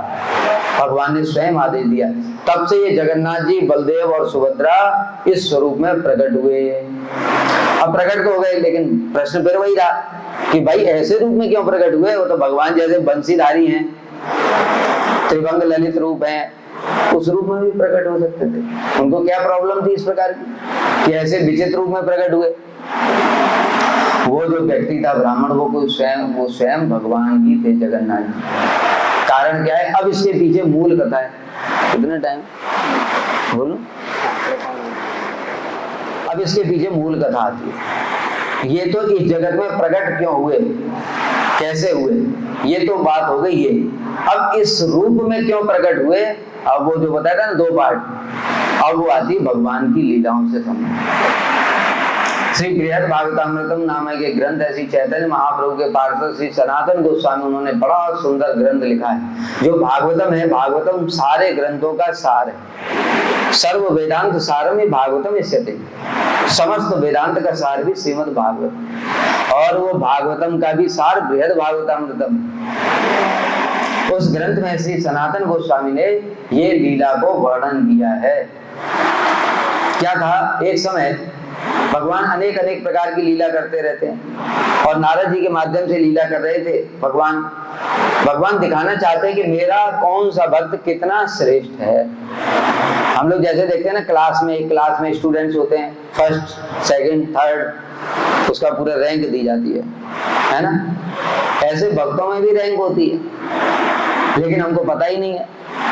इसलिए बताया, ये सब जो जहाँ पर मठ इसी को कहते हैं, जो चीज कुछ भी पता नहीं है वो सारी की सारी चीजें यहाँ पर सिखाई जाती है परमार्थ से संबंधित। जगत के लोगों के लिए पैसे कमाने से ही छुट्टी नहीं है, तो इन सब चीजों के लिए कहाँ से समय मिलेगा? इसलिए यहाँ पर वो पैसे का कोई बात ही नहीं होती। इसलिए सारे दिन हम लोग भगवान की कथा कीर्तन इसी सब में लगे रहते, इसलिए अनुशीलन का टाइम भी होता है। तो भगवान ने एक बार सोचा कि मेरे जो भक्त हैं वो सब एक जैसे नहीं हैं, सबका प्रेम भी अलग अलग होता है, इसलिए मैं अपने भक्तों की महिमा प्रकाशित करूंगा। नारद जी के हृदय में प्रेरणा दी। नारद जी, बहुत लंबी कथा है, वो तो बहुत संक्षेप में बता रहा हूँ। एक ब्राह्मण के पास में गए, वो शालिग्राम जी की सेवा कर रहा था, नृत्य कीर्तन किया उसने, ठाकुर जी को भोग लगाया, और उसके बाद में वैष्णवों को प्रसाद वितरण किया। नारद जी पहुंचे, उसको बड़े भाग्य की सराहना करने लगे, भाई तुम बड़े भाग्यशाली हो, क्योंकि तुम भगवान की इतनी अच्छी सेवा करते हो। तो ब्राह्मण कहने लगा, मैं क्या सेवा करता हूँ? अरे मेरे पास तो, मैं तो छोटा था, एक थोड़ा बहुत धन है मेरे पास। वो जो दक्षिण देश में एक राजा रहता है, वो तो पूरा राजा है, उसके पास में अथाह संपत्ति है, और वहां पर जो ठाकुर जी है वो भी विग्रह के स्वरूप में विराजमान है। वो जो सेवा करता है मैं ऐसी नहीं कर सकता। तो नारद जी उसके पास गए, देखा हाँ सच में राजा ने अपना पूरा, क्योंकि राजा के पास में तो पूरा जैसे भारत है, भारत की पूरी संपत्ति है, तो पूरी संपत्ति भगवान की सेवा में लगा सकता है।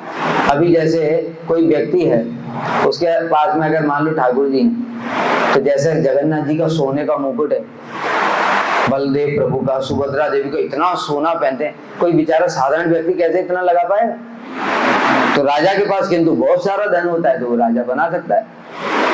इसलिए वो राजा अपनी धन की सारी संपत्ति ये सब लगाता था सेवा में, ठाकुर जी के, भगवान के सामने नृत्य कीर्तन करता था, मंदिर में खुद झाड़ू लगाता था ठाकुर जी की। तो इस प्रकार से बड़ी अच्छी सेवा करते हो। नारद जी ने कहा भाई तुम बड़े भाग्यशाली हो, क्योंकि भगवान की तुम सेवा इतनी अच्छे रूप में कर रहे हो। तो फिर वो राजा कहने लगा अरे मैं क्या भाग्यशाली हूँ, मैं तो कितना, मेरी उम्र कितनी है बताओ, हम लोगों की उम्र कितनी होती, ज्यादा 60 साल, 70, 80, 90, 100 साल, मैं कितना सेवा कर पाऊंगा। और दूसरी बात, हमको हर समय चिंता रहती है ये कहीं पाकिस्तान आक्रमण ना कर दे, कहीं चाइना आक्रमण ना कर दे, अभी तो बांग्लादेश भी विरोध में हो गया, चारों तरफ से गिर गए। अभी ऐसी टाइम में तुम भगवान का भजन करने बैठो, चारों तरफ से शत्रु लगे हुए हैं, तो तुम्हारा ध्यान कहाँ जाएगा कि नहीं उधर, पता नहीं कब कौन आक्रमण कर। इसलिए टेंशन रहती है राज्य काज की, ऊपर से सीमाओं की रक्षा करनी है, फिर अपना जीवन भी था, बुढ़ापा आ जाएगा भी, पर बुढ़ापे में कुछ भजन नहीं कर पाऊंगा। तो इसलिए हम कोई सेवा नहीं कर पा रहे, सेवा तो इंद्र करते, क्योंकि उनकी उम्र कितनी है पता है, इंद्र की उम्र पता है कितनी। देखो एक जो कलयुग होता है ना, एक कलयुग की उम्र बताएगी 4,32,000 का, ठीक है। उसका 2 गुना हो गया द्वापर, 8,64,000। उसके बाद 3 गुना, 4,32,000 इंटू 3, ये हो गया त्रेता। और 4,32,000 इंटू 4, ये हो गया सतयुग, ठीक है। चारों को मिला करके हो गया 43,20,000 साल। इसको बोलते हैं एक चतुर्युग। एक चतुर्युग में एक कलयुग, द्वापर, त्रेता और सतयुग, चारों को मिला करके एक चतुर्युग हो गया। इस चतुर्युग की टोटल जो कैलकुलेशन है वो है 43,20,000 साल इंटू 71। 71 चतुर्युग तक इंद्र की उम्र इंटू 7, 43,20,000 इंटू 71, इतना इंद्र की उम्र होती है। इसलिए उसको कोई टेंशन नहीं, उसको कोई ऐसे इधर उधर राजा भी आक्रमण कर नहीं सकता है, और उसको बुढ़ापा नहीं आता है। जो देवता लोग होते हैं उनको बुढ़ापा नहीं आता, रोग व्याधि ये सब नहीं होता है। इसलिए वो जब तक हैं तब तक स्वस्थ हैं, आराम से भगवान का भजन कर सकते। और भगवान भी देखो, इसमें सब चीज का तारतम्य बताया कि शालिग्राम है, शालिग्राम से फिर ठाकुर जी के विग्रह की महिमा अधिक है, विग्रह से भी फिर इंद्र के यहाँ पर साक्षात उनके छोटे भाई के रूप में वामन देव उनके रूप में विराजमान है, साक्षात रूप में भगवान, उनकी महिमा और भी अधिक है। क्योंकि ठाकुर जी विग्रह तो हमसे बात नहीं करते, लेकिन वामन देव तो इंद्र से बात करते हैं। इसलिए आप वहां पर जाओ। तो नारद जी वहां पर गए, फिर इंद्र ने बताया, देखो पता है ना बहुत लंबी कथा है, इतना तो मैं विस्तार से नहीं बता पाऊंगा। फिर इंद्र ने उनको ब्रह्मा जी के पास भेज दिया। क्यों? इंद्र ने कहा देखो मेरी कोई उम्र है, अरे मेरी जितनी उम्र है वैसे तो इंद्र ब्रह्मा जी के एक दिन में 14 बदल जाते, 14 इंद्र चेंज हो जाते एक दिन में। मतलब ब्रह्मा जी की कैलकुलेशन सुनो, अभी जो बताया ना एक चतुर्युग मतलब एक सतयुग, त्रेता, द्वापर और कलयुग, ये चारों मिला के एक चतुर्युग मतलब 43,20,000। ऐसे जब 1,000 चतुर्युग हो जाते हैं तब ब्रह्मा जी का दिन होता है, मतलब 12 घंटा। सहस्र युग पर्यंतम आर्य ब्रह्मणो विदु रात्रि सहस्रांतांते अहोरात्र विदो जना। श्रीमद् भगवद गीता में भगवान कृष्ण ने स्वयं बोला है 1,000 चतुर्युग की ब्रह्मा जी का दिन होता है और 1,000 चतुर्युग की ब्रह्मा जी की रात्रि होती है।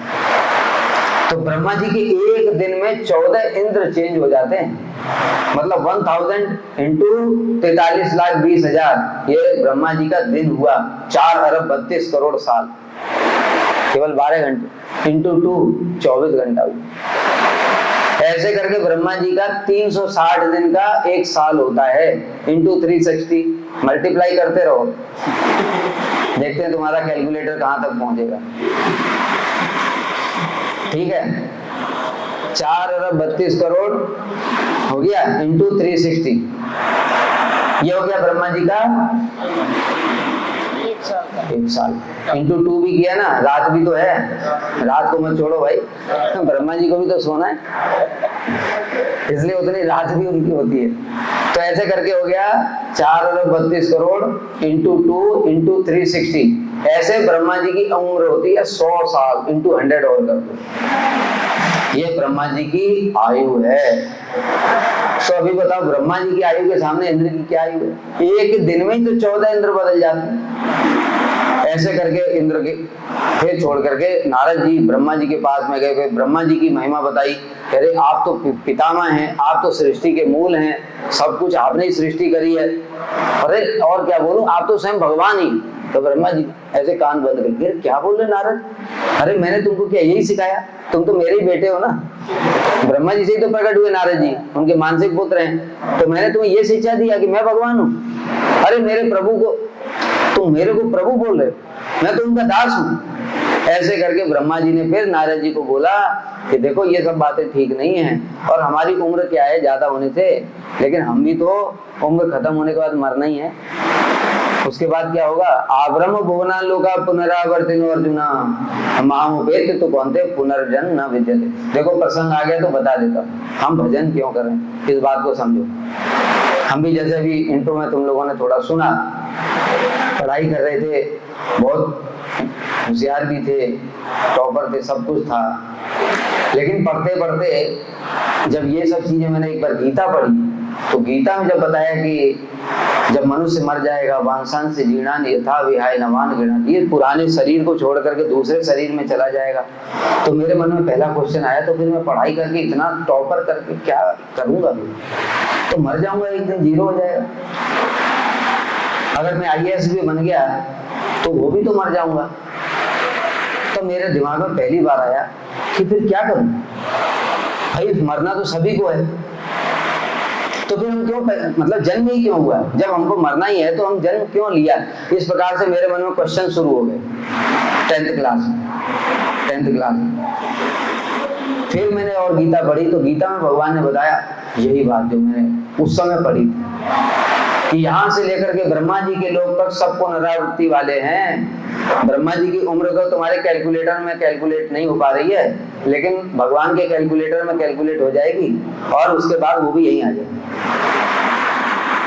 ये अलग बात है, वो नील पद्म और शंख महाशंख उन सब चीजों में पहुंच गई वो कैलकुलेशन, लेकिन उसके बाद क्या होगा, वो भी तो आ जाएंगे। तो फिर मैंने कहा फिर क्या करें? तब भगवान कहते माम उपेते तो कौनते पुनर्जन्म न विद्यते, हे अर्जुन जो मुझे प्राप्त कर लेता है उसका पुनर्जन्म नहीं होता है।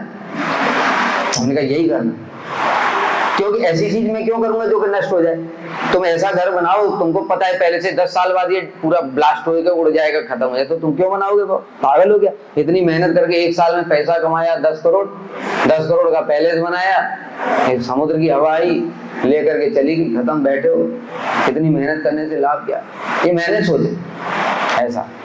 फिर मैंने कहा नहीं, भगवान का भजन करना है, मुझे ऐसी काम नहीं करना जो नष्ट होने वाली हो, क्योंकि मैं फालतू की चीजों में अपना टाइम वेस्ट नहीं करूंगा। इसलिए तब मैंने सोचा कि भगवान का भजन करना चाहिए। तो भगवान ऐसे कह रहे हैं गीता में, तो ब्रह्मा जी भी आकर के यहीं आ जाते, ब्रह्मा जी खुद कह रहे हैं। और फिर ब्रह्मा जी ने शिव जी की महिमा बताई कि देखो भगवान, मुझे तो जब मैं असुरों को वरदान दे देता हूँ तो मुझे डांट लगाते हैं भगवान। जैसे हिरण्यकश्यप को वरदान किसने दिया? ब्रह्मा जी ने। भगवान आए डांट लगा, ए ब्रह्मा, मेरे भक्त को इसने इतना कष्ट दिया, तुमने इसको वरदान दिया था ना, खबरदार आगे से ऐसा वरदान नहीं देना, नहीं तुम्हारी सीधी कुर्सी चली जाएगी। ये पद है, ये ब्रह्मा जी का है ना, ये इंद्र ब्रह्मा ये सब पद हैं। जो व्यक्ति 100 अश्वमेध यज्ञ कर लेगा उसको इंद्र पद प्राप्त हो जाएगा। जो व्यक्ति 100 जन तक वर्णाश्रम धर्म का पालन करेगा बिना गलती के, उसको ब्रह्मा जी का पद प्राप्त हो जाता है। तो पद है, जैसे 5 साल के लिए प्राइम मिनिस्टर का पद मिला, उसके बाद फिर सिलेक्शन होगा, फिर हट भी सकते हैं। तो इसलिए ब्रह्मा जी कह रहे हैं, लेकिन ये जो शिव जी हैं इनको भगवान कभी नहीं डांटते। सारे असुरों को वरदान देते शिव जी, लेकिन भगवान ने कभी उनको डांट नहीं लगा, हे शिव तुमने ये क्या किया? मेरे भक्त को उल्टा शिव जी की महिमा गान करते थे। रामेश्वरम में शिव जी की महिमा गान कर रहे हैं। भगवान कभी कभी तो शिव जी की महिमा दिखाने के लिए खुद उनकी पूजा भी करते। क्यों? भगवान अपने भक्तों की पूजा करते। ऐसे करके शिव जी की महिमा, शिव जी के पास गए, ऐसे करके फिर प्रहलाद जी के पास गए, फिर उसके बाद में हनुमान जी के पास गए, फिर पांडवों के पास गए। ऐसे करते करते नारद जी द्वारका में पहुंच गए। द्वारका में जाकर के रुक्मिणी सत्यभामा इत्यादि को बोला नारद जी ने कि आप लोगों का परम सौभाग्य है, क्योंकि कृष्ण आपको सबसे ज्यादा, आप तो भगवान की पटरानी है। क्या कहानी चल रही है था ना, कहानी में पूरा मूल चीज भूल गए। हम ये कहानी क्यों सुन रहे हैं पीछे का पता ही नहीं, क्यों सुन रहे हैं ये सब कहानी, कहां से कहां पहुंच गए। हमने 14 लोगों के बाहर में तुम लोगों को द्वारका तक पहुंचा दिए। पहुंचाया क्यों है? कौन सबसे ज्यादा सेवा करते हैं? हाँ, सेवा की बात आई थी, लेकिन सेवा क्यों बात आई थी, भगवान का ऐसा स्वरूप क्यों है, मूल बात वो थी, उसको ध्यान रखो, ठीक है। इसलिए नारद जी ने जब उनको बताया तो जो रुक्मिणी सत्यभामा इत्यादि ने सुना तो उन्होंने रोना शुरू कर दिया। नारद जी कहते रो क्यों रही है? अरे आप तो भगवान की पटरानियां हैं, लक्ष्मी स्वरूपा हैं, शक्ति है भगवान। भगवान आपको जितना प्रेम करते हैं और किसी को नहीं करते। तो उन्होंने रोना शुरू कर दिया। कहते क्या हुआ? कहते अरे नारद जी, हमको भी पहले ऐसा लगता था, लेकिन वास्तव में वो कृष्ण हमसे प्रेम नहीं करते। कृष्ण तो ब्रजवासियों से प्रेम करते हैं, हमको तो पता चला भी, क्योंकि जब इनके साथ में रहती हैं, दिन रात इनकी सेवा करती, कोई एक दो नहीं है, 16,108 रानियां, और वो 16,108 रानियों को ऐसे वो ये जगत की स्त्रियां मत समझो, वो सब लक्ष्मी स्वरूप है, भगवान की शक्ति है। भगवान के साथ में और कोई विवाह नहीं कर सकता। जो हमारे जैसे जीव है उनका विवाह नहीं हो सकता भगवान के साथ में, ठीक है। भगवान सब समय लक्ष्मी जी के साथ क्यों विराजमान रहते? क्योंकि लक्ष्मी जी उनकी शक्ति है। भगवान का विवाह, भगवान की लीला उनकी शक्ति के साथ ही होती है। इसलिए वो 16,108 स्वरूपों में लक्ष्मी जी जो राधा जी हैं, वही इतना एक्सपेंशन करके भगवान की सेवा कर रही है, इतने स्वरूपों में। तो कहते हैं कि हम इतनी सेवा करती हैं, किंतु कृष्ण यहाँ से द्वारका से जब चले जाते हैं हस्तिनापुर या कहीं और दूसरी जगह, कभी एक बार भी हमको याद नहीं करते। और दूसरी ओर यहाँ पर हमारे साथ में रहते हैं, रात में उठ करके रोने लगते हैं कृष्ण। देखो तो ये भक्ति को समझना पड़ेगा। जगत के कोई भी लोग इस प्रकार की बातों को नहीं जानते। भगवान भी रोते हैं भक्तों के लिए, जगत के लोगों के लिए। इसलिए तो भगवान को कोई प्रेम ही नहीं करता है। वो क्या सोचते हैं, भगवान प्रभु हमको ये दे दो, हमको नौकरी दे दो, हमको रोग हो गया, व्याधि हो गई, ये दे दो, बेटी की शादी नहीं हो रही, ये दे दो, वो दे दो। तो भगवान क्या करेंगे? वो क्या भगवान के हृदय को समझेंगे? लेकिन भक्त लोग भगवान के भी सुख दुख को देखते हैं, तब भगवान उनके वशीभूत हो जाते हैं, तब भगवान उनके वशीभूत होते हैं। भगवान ऐसे ही किसी अरे गहरे के वशीभूत नहीं हो जाते। जो हम लोग भक्तों की महिमा सुनते हैं ना, भगवान इनके वशीभूत हो गए थे, प्रहलाद महाराज के वशीभूत क्यों हुए? प्रहलाद को स्वयं भगवान कह रहे हैं तुम प्रहलाद वरदान मांगो। तो प्रहलाद बोले प्रभु मैं कोई बनिया थोड़ी हूँ कि मैंने आपकी भक्ति की उसके बदले में आपसे वरदान मांगूंगा। तब उनके वशीभूत हो गए, भगवान खुश हो गए। कहते हैं प्रहलाद में मेरी खुशी के लिए कुछ मांगो। वो देना चाहते भगवान, भक्त ले नहीं रहे। तब उन्होंने कहा ठीक है, अगर कुछ देना चाहते तो मेरे पिताजी का उद्धार कर। फिर भगवान बड़े चक्कर में पड़ गए, अरे ये क्या मांगा? अरे मैंने जिसका वध कर दिया उसका तो वैसे ही उद्धार हो गया, अभी और क्या उद्धार करूं? भगवान जिसका वध भी कर देते हैं ना, जिसको मार देते हैं असुरों को, वो भी हम उसे भजन करके भी वो गति प्राप्त नहीं कर पा रहे, वो ऐसे ही चले जाते हैं। तो फिर उन्होंने कहा कुछ और मांगो। तब प्रहलाद जी ने कहा फिर एक और चीज मांगी। फिर भगवान चक्कर में पड़ गए। उन्होंने मांगा अच्छा प्रभु ये जगत के जीव बड़ा कष्ट पा रहे हैं, अगर मैंने आपका थोड़ा बहुत भजन किया तो मेरे भजन का फल इनको दे दो और इनके सारे कष्ट मुझे दे दो। बताओ ये कोई मांगना हुआ? इसलिए भक्त लोग ऐसी चीजें मांगते हैं, तब भगवान वशीभूत होते हैं। और हम सोच रहे हैं कि उनको 100 का नोट पकड़ा करके अपने वशीभूत कर ले। जगत के लोग कितने देखो चतुर हैं, भगवान को ही मूर्ख समझते हैं। तुम 100 का नोट पकड़ा करके 1 लाख रुपए की नौकरी मांग लेते, हर महीने 1 लाख सैलरी आ गई, साल में एक बार गए फिर 100 का नोट पकड़ा दिया, जो अगली बार 500 पकड़ा दिया, और हर महीने जो ले रहा है वो तो तुम्हारी जेब में है। इस जगत में जरा ऐसा करके दिखाओ, किसी को 100 रुपया देके 1 लाख रुपए का सामान लो। भगवान को ही सारे मूर्ख समझते, इसलिए भगवान ऐसे वशीभूत नहीं होते। लेकिन जो अपना तन मन धन प्राण सब देकर के भगवान की सेवा करते हैं, भगवान भगवान उनके वशीभूत हो जाते। इसलिए वो कहने लगे कि हमसे तो ब्रज की गाय अच्छी हैं। कृष्ण धौली, श्यामली, यमुने, गंगे ऐसे करके गायों का नाम ले लेकर के रोते हैं। फिर कृष्ण अपने सखाओं का नाम लेकर के रोते हैं। फिर नंद बाबा यशोदा मैया का नाम ले लेकर के रोते हैं और गोपियों का नाम लेकर के रोते हैं। और अगर गोपियों में भी राधा जी का फिर उसी समय सत्यभामा देवी आ गई, कहते हैं अरे ज्यादा दूर की बात नहीं, अभी कल ही रात की बात है। कृष्ण मेरा ऐसे धोती पकड़ करके रात में सपना देखा होगा कोई, और सपना देख करके कहते हैं हे राधे, हे राधे, और ऐसे राधे राधे तुम मुझसे क्यों रूठ गए, ऐसे करके और व्याकुल हो गए। और हमको कभी पूछते भी नहीं। इसलिए कृष्ण तो केवल ब्रजवासियों से ही प्रेम करते हैं। तो फिर सोचने लगे कि ऐसा ब्रजवासियों में ऐसा क्या प्रेम है जो कृष्ण उनको याद करते, हमको याद नहीं करते। अब ये कौन बताएगा? जिसने देखा होगा वही तो बताएगा, जिसने देखा नहीं वो कैसे बताएगा। इसलिए जो द्वारका है, द्वारका में केवल रोहिणी माता ने वो देखा है, क्योंकि जब ब्रज में कृष्ण रहते थे उस समय रोहिणी माता ब्रज में रहती। तो फिर रोहिणी माता के पास सब रानियां गई और उन्होंने कहा आप हमको बताइए कृपा करके कि ब्रजवासियों का ऐसा क्या प्रेम है जिससे कृष्ण वशीभूत रहते हैं, उनके लिए रोते हैं, दिन रात उनको याद करते हैं, हमको याद नहीं करते। रोहिणी माता ने कहा देखो मैं बता तो दूंगी, लेकिन एक शर्त है, कृष्ण और बलराम को पता नहीं चलना चाहिए। अगर उनको पता चल गया फिर वो यहाँ एक मिनट भी रुकने वाले नहीं, सीधे वृंदावन की ओर चले जाएंगे, क्योंकि उनको याद आएगी नहीं। जब याद आएगी फिर अपने आप को कंट्रोल नहीं कर पाएंगे, तो फिर चले जाएंगे, फिर तुम लोग रोती रहना यहाँ बैठ। अच्छा फिर क्या करें?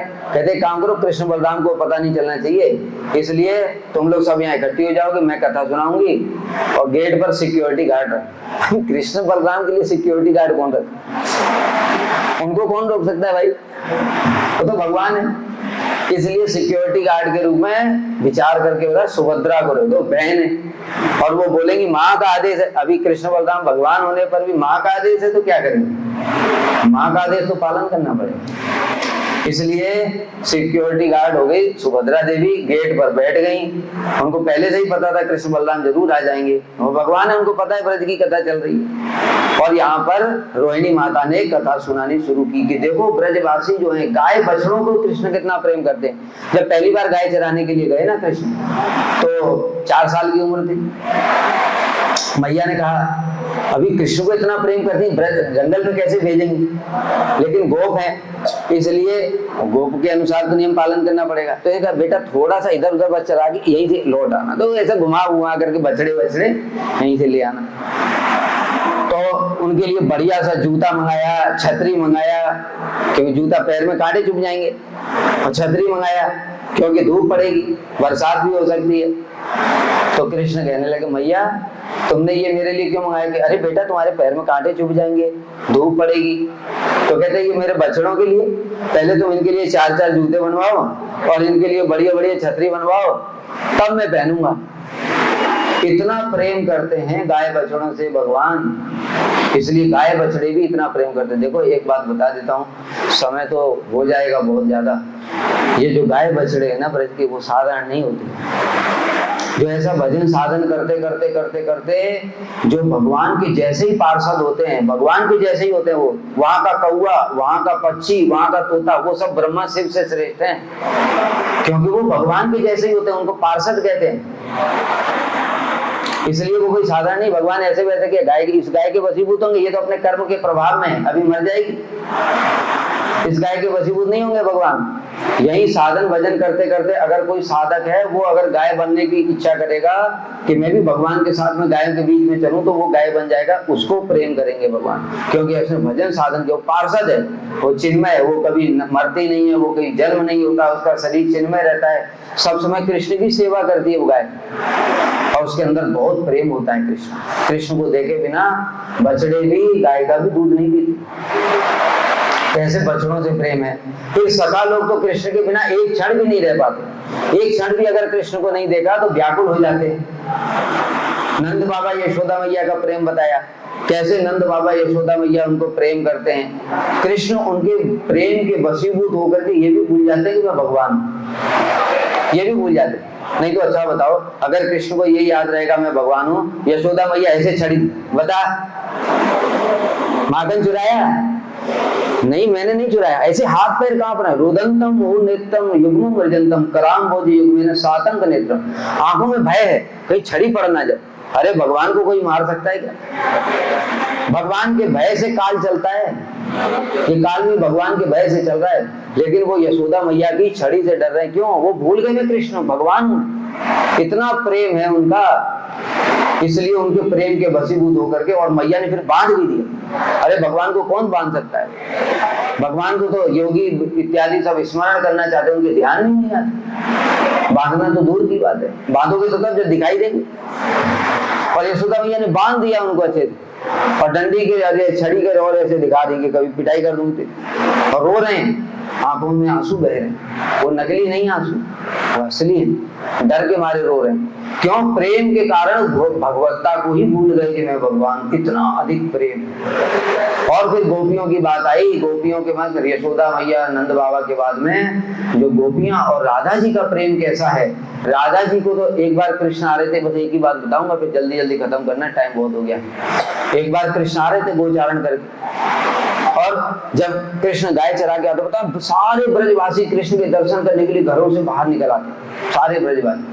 नंद बाबा यशोदा मैया भी घर से बाहर आ गए, और बस कृष्ण आ रहे थे। उतनी देर में राधा जी ने बस एक पेड़ के पीछे से थोड़ा सा अपना मुख दर्शन कराया कृष्ण को, और कृष्ण उनको देखकर ही वो बंसी बजाते हुए आ रहे थे, बंसी हाथ से गिर पड़ी। वेणु करान्य पतितम स्खलितम शिखंडम, हाथ से बंसी गिर गई। उनके सिर पे मोर पंख था, वो भी जमीन पर गिर पड़ा।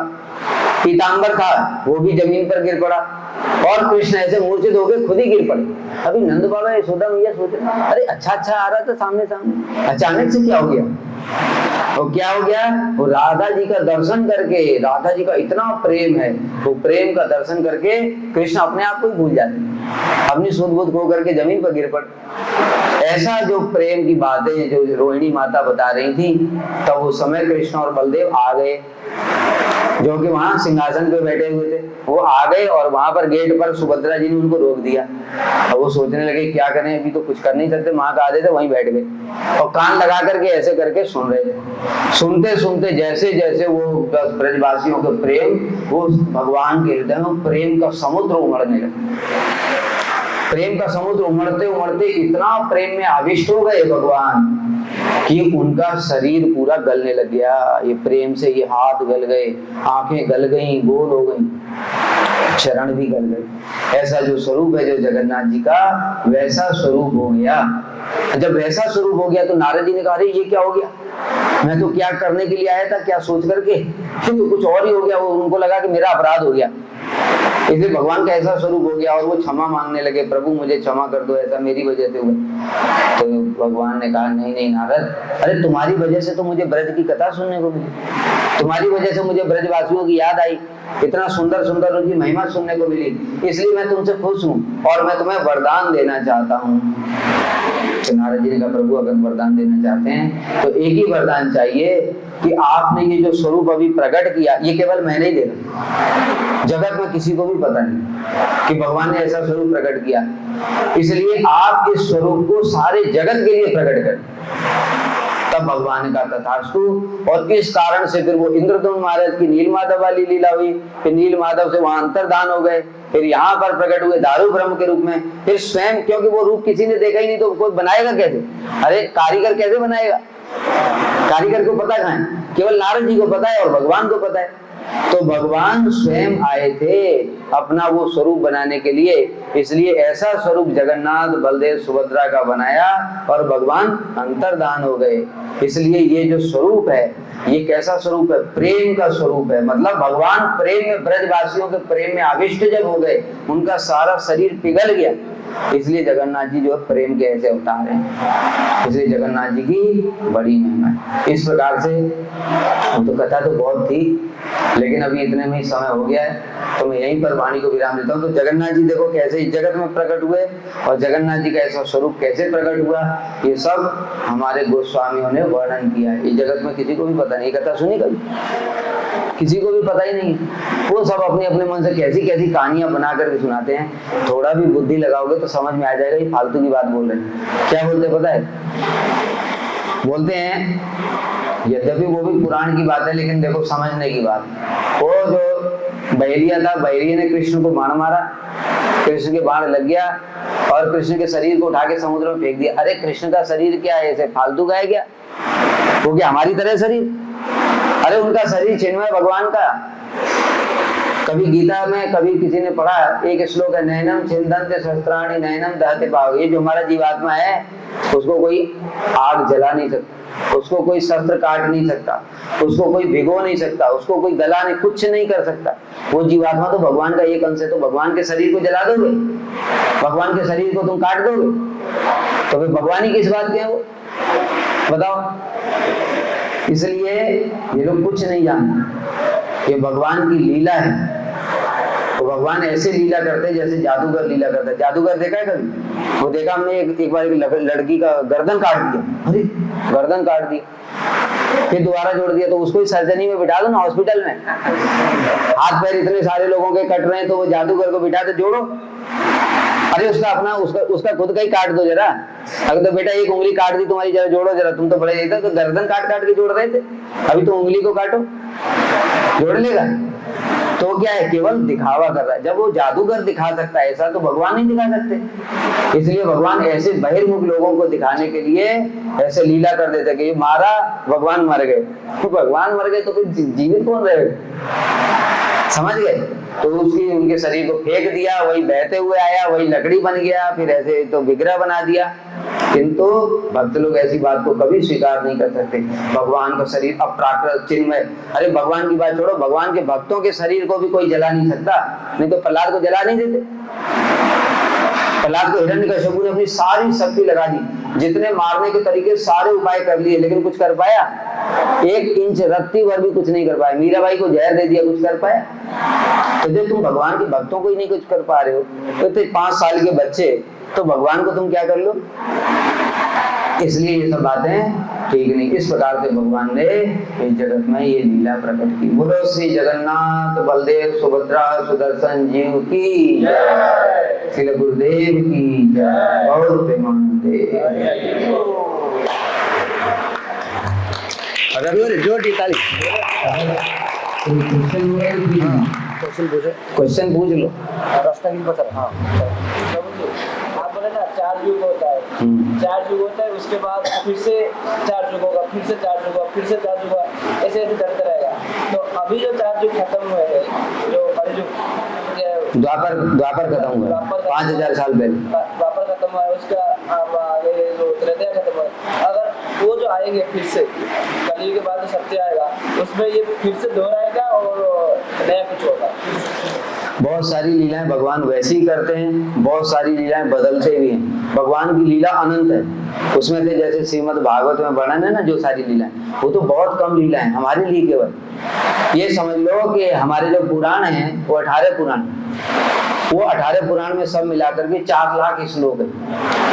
लेकिन भगवान की इतनी लीला है कि वो एक पुराण है, ब्रह्मा जी का लोक है ना, सत्यलोक, उसमें 100 करोड़ श्लोक हैं। अभी सोचो हमारी क्या शक्ति है। हम थोड़ा सा ये 18 पुराण पढ़ने में दिमाग घूम जाएगा हमारा, उतना भी याद नहीं रहता। बताए, अभी हम कथा सुनाते सुनाते बीच में पूछ लिया अभी क्यों सुना रहे थे, पता ही नहीं। तो फिर ऐसे 100 करोड़ श्लोक को हम क्या पढ़ पाएंगे। इसलिए भगवान ने कृपा करके हमारे जैसे जीवों पर कृपा करके, जितनी हमारी बुद्धि है उसके हिसाब से, कि तुम इतना लीला बस सुनो, पढ़ो और बस हो गया। भगवान की लीला अनंत है। वो ब्रह्मा जी के जो लोक है उसमें 100 करोड़ श्लोक है, किंतु वो भी पूरा नहीं है। वो ब्रह्मा जी के हिसाब से, जैसे भाई बताया, ब्रह्मा जी की उम्र ज्यादा है, उनकी शक्ति भी बहुत ज्यादा, उन्होंने सारी सृष्टि कर दी है। उनकी शक्ति के हिसाब से केवल 100 करोड़ श्लोक भगवान ने, केवल 100 करोड़ उनके लिए।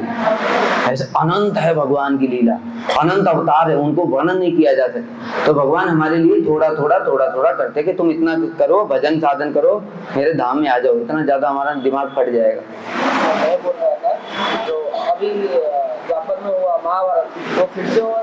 हाँ, अगले द्वापर में फिर से होगा। हाँ, उसमें कोई और सब होंगे। जैसे ये व्यासदेव हैं, वो भी कोई और बनेंगे, इंद्र भी कोई और बनेगा। ये सब नाम भी लिखे हुए हैं, शास्त्र में सब नाम लिखा हुआ है। ये व्यक्ति ये इंद्र, अगला जो मनवंतर आएगा उसमें जो बलि महाराज थे वो इंद्र बनेंगे, जो अश्वत्थामा तो वो व्यास बनेगा। ऐसे करके रोज रिस्पॉन्सिबिलिटी चेंज हो जाती है। जो जैसा जैसा भजन साधन करता है कर्म के हिसाब से वो चक्र चलता रही तो अनंत है। इसलिए हम लोग क्या करते हैं, इसलिए चक्कर में नहीं पड़ते। भाई कितना जान करके क्या करना है, भगवान के धाम में चले जाओ, टेंशन ही खत्म हो जाए। फिर अगले जन्म में फिर पढ़ाई करो, वही फिजिक्स केमिस्ट्री मैथ साइंस ये सब, फिर पढ़ो, फिर मर जाओ, फिर पढ़ो। अरे कितना पढ़ेंगे, एक ही चीज को कितनी बार पढ़ेंगे। इसलिए एक ऐसा चीज पढ़ो जो पढ़ करके निकल जाओ यहाँ से, उसके बाद और पढ़ना नहीं पड़ेगा, टेंशन फ्री होकर। कृष्ण की तरह शरीर होता है, मतलब सब समय 16 साल के तो 16 साल ही रहेगा। उस शरीर में ना रोग व्याधि जरा कुछ नहीं, वो चिन्मय शरीर। चिन्मय शरीर मतलब उसके ऊपर किसी चीज का कोई प्रभाव नहीं, न काल का, न मृत्यु का, न आग का, न किसी चीज का कोई प्रभाव। इसलिए हम लोग भजन कर रहे हैं थोड़ा। बताओ। हर एक चीज है, हम जो पुरी में समुद्र पुल है, जो ज्वार आते हैं यहाँ पर बैठ के जो आवाज सुन रहे, पुरी के अंदर जो द्वारपाल के अंदर जो चलने के बाद में वो शब्द नहीं आ रहा, जो समुद्रों का जो आवाज आते हैं वो नहीं आ रहा उसके अंदर जाने के बाद में। हर एक चीज तीन जो खिड़की है, तीन खिड़की के बीच में पैर नहीं रखने के लिए उसका वो आंसर कौन जाओ, ऊपर से नीचे, नीचे से ऊपर जाने के लिए। क्या बोले तुम बताओ।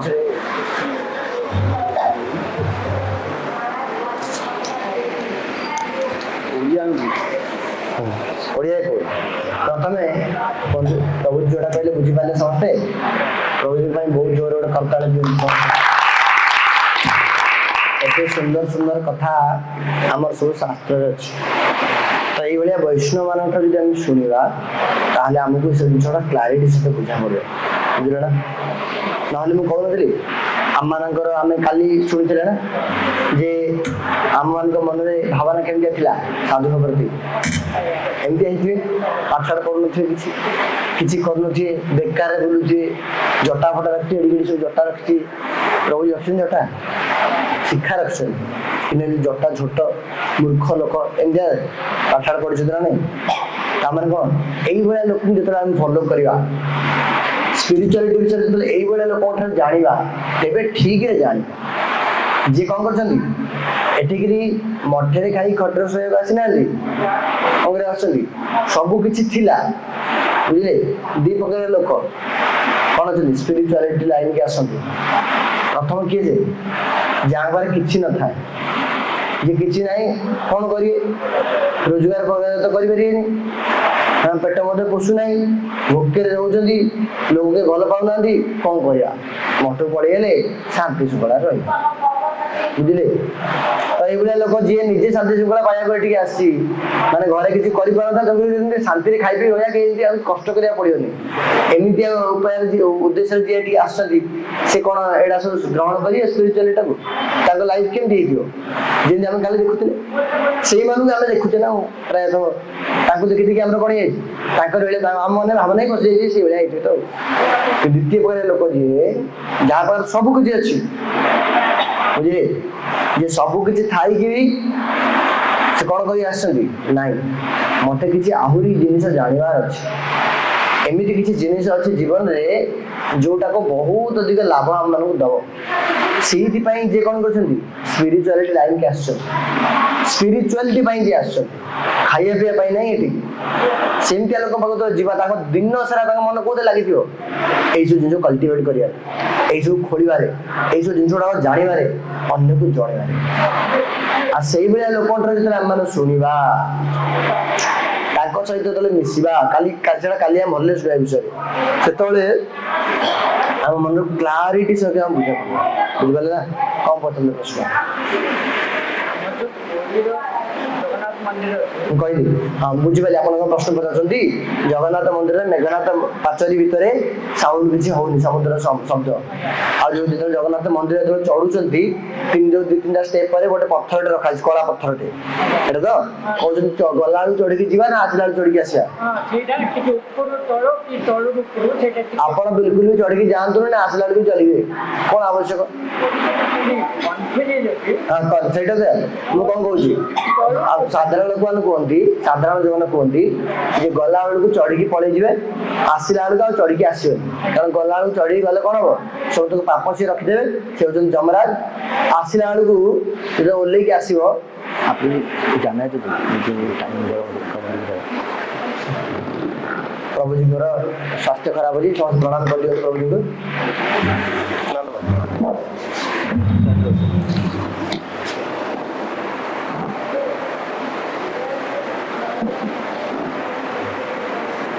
ବୁଝିଲେ କଣ କୁହନ୍ତି ଆମର ସାଧାରଣ ଯୋଉ ମାନ୍ୟତା ଅଛି କୁହନ୍ତି ଯେ ସିଏ ହଉଛନ୍ତି ଯମରାଜ ଯମରାଜ ତେଣୁକରି ଗଲା ବେଳକୁ ଚଢିକି ପଳେଇଯିବା ତାହେଲେ ସବୁତକ ପାପ ଆମର ରଖିଦେବୁ ଆସିଲା ବେଳକୁ ଯଦି ପୁଣି ଚଢିକି ଆସିବ ତାହେଲେ ପୁଣି ଯୋଉ ପାପଟା ରଖିଦେଲେ ପୁଣି ସେଟା ଆଣିକି ଆସିବ ହେଲା ଏମିତି କୁହନ୍ତି ତେଣୁକରି ସାଧାରଣ ଅନୁସାରେ ଗଲା ବେଳକୁ ଚଢିକି ଯାଆନ୍ତି ଆସିଲା ବେଳକୁ ଚଢିକି ଆସନ୍ତି ନାହିଁ କିନ୍ତୁ ମୁଁ ଗୋଟେ ପ୍ରଶ୍ନ ପଚାରୁଛି ଯମରାଜ ଯିଏ ଯମରାଜଙ୍କ ମୁଣ୍ଡରେ ଯଦି ଆମେ ଗୋଡ ପକେଇବା ତାହେଲେ ପାପ ଲାଗିବନି ଯମରାଜ ବୈଷ୍ଣବାନମ ଯଥା ବୈଷ୍ଣବ ଦ୍ୱାଦଶ ମହାଜନ ଭିତରେ ଜଣେ ତେଣୁକରି ନା ଚଢିକି ଗଲା ବେଳକୁ ଚଢିକି ଯିବେ ନା ଆସିଲା ବେଳକୁ ଚଢିକି ଆସିବେ ବିଲକୁଲ ନ କଲେ କଣ ଅସୁବିଧା ଆମେ ଜଗନ୍ନାଥ ମହାପ୍ରଭୁ ପାଖକୁ ଯାହା ପାଖକୁ ଯାଉଛେ ତାଙ୍କୁ ଦର୍ଶନ କରିବା ପରେ ତାଙ୍କଠାରୁ ପାପ ଆଉ କିଏ ବେଶୀ କାଟିପାରିବେ କହିପାରିବେ ତେଣୁକରି ଗୋଡ ପକେଇଦେଲେ ପାପ ପଳେଇଯିବ ପାପ ହବନି ଦେଖ ଧୀରେ ଧୀରେ ଆମେ ମାନେ ବୁଝିବା ଏସବୁ ଜିନିଷ ଗୁଡାକ ଯେ ବାସ୍ତବ ଜିନିଷଟା କଣ ମୁଁ କାଲି କହୁଥିଲି ନା ସ୍ପିରିଚୁଆଲ ଟା କୋଉଥିରେ ତିଆରି ହେଇଥିଲା ସ୍ପିରିଟ ଆଉ ରିଚୁଆଲ ମାନେ ପ୍ରଥା ପଛରେ କିନ୍ତୁ ଯୋଉ କାରଣଟା ଯେତେବେଳେ ଆମେ ଜାଣିବା ସେତେବେଳେ ପ୍ରଥାଠାରୁ କାରଣଟା ହେଲା ବେଶୀ ମହତ୍ଵ এই প্রথাটা কাহিଁକି ଆମେ ପାଳନ କରୁଛେ ତ ବର୍ତ୍ତମାନ ଆମର କଣ ହେଇଯାଇଛି ଆମେ କେବଳ ପ୍ରଥା ଗୁଡାକ ଦେଖି ଦେଖି ଆସିଛେ ଏଇଟା କରାଯାଏ ଏଇଟା କରାଯାଏନି ଏଇଟା କରିବା ଏଇଟା କରିବାନି କିନ୍ତୁ ପ୍ରଥା ପଛରେ କାରଣ କଣ କେବେ ଶୁଣିଛେ କିଏ କହିଛନ୍ତି ଆମକୁ କେବେ ଧୀରେ ଧୀରେ ଆମ ମାଇଣ୍ଡସେଟଟା ସେମିତି ଡେଭଲପ କରିବାକୁ ପଡିବ ଯେ ପ୍ରଥା ପଛରେ କାରଣଟା କଣ ପାଇଁ କରାଯାଉଛି ବୁଝିଲେ ନା ତାହେଲେ ଧୀରେ ଧୀରେ ଆମେ ଯୋଉ ଉଦ୍ଦେଶ୍ୟ ପାଇଁ କରାଯାଉଛି ଯୋଉ ଜିନିଷଟା ସେଇ ଉଦ୍ଦେଶ୍ୟଟା ଆମର ଫୁଲଫିଲ୍ ହବ ସେଇ ଜିନିଷଟା ଫଲୋ କଲା ବୁଝିଲେ ଆମର ସାଧୁ ସନ୍ଥ ମାନେ କୁହନ୍ତି ବୈଷ୍ଣବ ମାନେ କୁହନ୍ତି ଭଗବାନଙ୍କୁ ପ୍ରାର୍ଥନା କେବେ ହେଲେ ଏଥିପାଇଁ କରାଯାଏନି ଯେ ମତେ ପାଠ ଦେଇ ଦିଅନ୍ତୁ ମତେ ଖାଇବାକୁ ଦେଇ ଦିଅନ୍ତୁ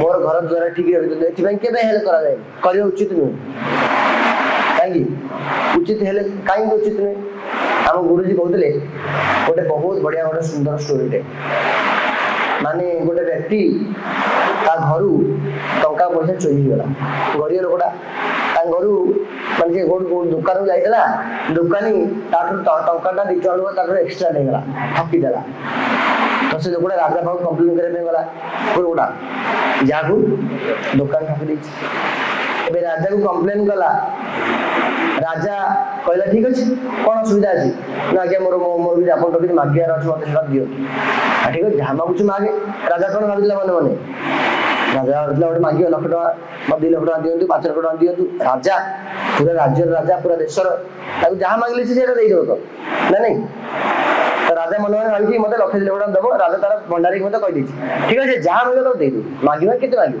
2-4 ଲକ୍ଷ ଟଙ୍କା ମାଗିବ 5 ଲକ୍ଷ ଟଙ୍କା 10 ଲକ୍ଷ ଟଙ୍କା ମାଗିବ କଣ ଅଛି ନାଇଁ କି ଲୋକଟା କଣ ମାଗିଲା ଆଜ୍ଞା ମୋର 2 ଟଙ୍କା ନେଇଗଲା ସେ ଦୋକାନଟା ମତେ ସେ 2 ଟଙ୍କା ଫେରେଇ ଦିଅ ରାଜା କଣ ମୁଣ୍ଡରେ ଆସିଲା ଆରେ ତୁ 2 ଟଙ୍କା ପାଇଁ ଆସିଛୁ ଏତେ ବାଟ କି ତୁ 2 ଟଙ୍କାଟା କାଲି ଯଦି ପଇସା ରୋଜଗାର କରୁ ତ ମିଳିନଥାନ୍ତା ସେ ଲୋକଟା ଦିନକୁ କଣ କରୁଛି ସେ ଦିନ ମଜୁରିଆଟା ଦିନକୁ ତାର 10-20 ଟଙ୍କା ତାର କଣ ମିଳୁଛି ଦରମା ମିଳୁଛି ତ ସେ ଦିନ ଯୋଉ 2 ଟଙ୍କାଟା ଦୋକାନୀ ନେଇଗଲା ତା ପାଖରୁ ତା ପରଦିନ ଯଦି ଗୋଟେ ଦିନ କାମ କରିବ ତାପରେ 10 ଟଙ୍କା ମିଳିବ ନା ମିଳିବନି ଏଇଟା ରାଜାକୁ ମାଗିବା ଦରକାର ଏଇ 2 ଟଙ୍କାଟା ଯଦି ରାଜାକୁ ମାଗି ଆସିଲା ତା କଣ ମାଗିଥାନ୍ତା ହଁ ମୋର ଗୋଟେ 5 ମହଲା ବିଲ୍ଡିଂ ଗୋଟେ ଘରଟେ କରିଦିଅ ଯୋଉଟା କି ତା ଦ୍ୱାରା ହେଇପାରିବନି କେବେ ହେଲେ ସେ କରିପାରିବ ସେ ବ୍ୟକ୍ତି 5 ମହଲା ବିଲ୍ଡିଂ କେବେ କରିପାରିବ ତା ଜୀବନରେ जोटा मो द्वारा हो पारे से मांगे ना जोटा हो पारे से मांगे तो आम सेमती जाऊे आम छोट थिला आम घरे कहते साई पड़ी सारी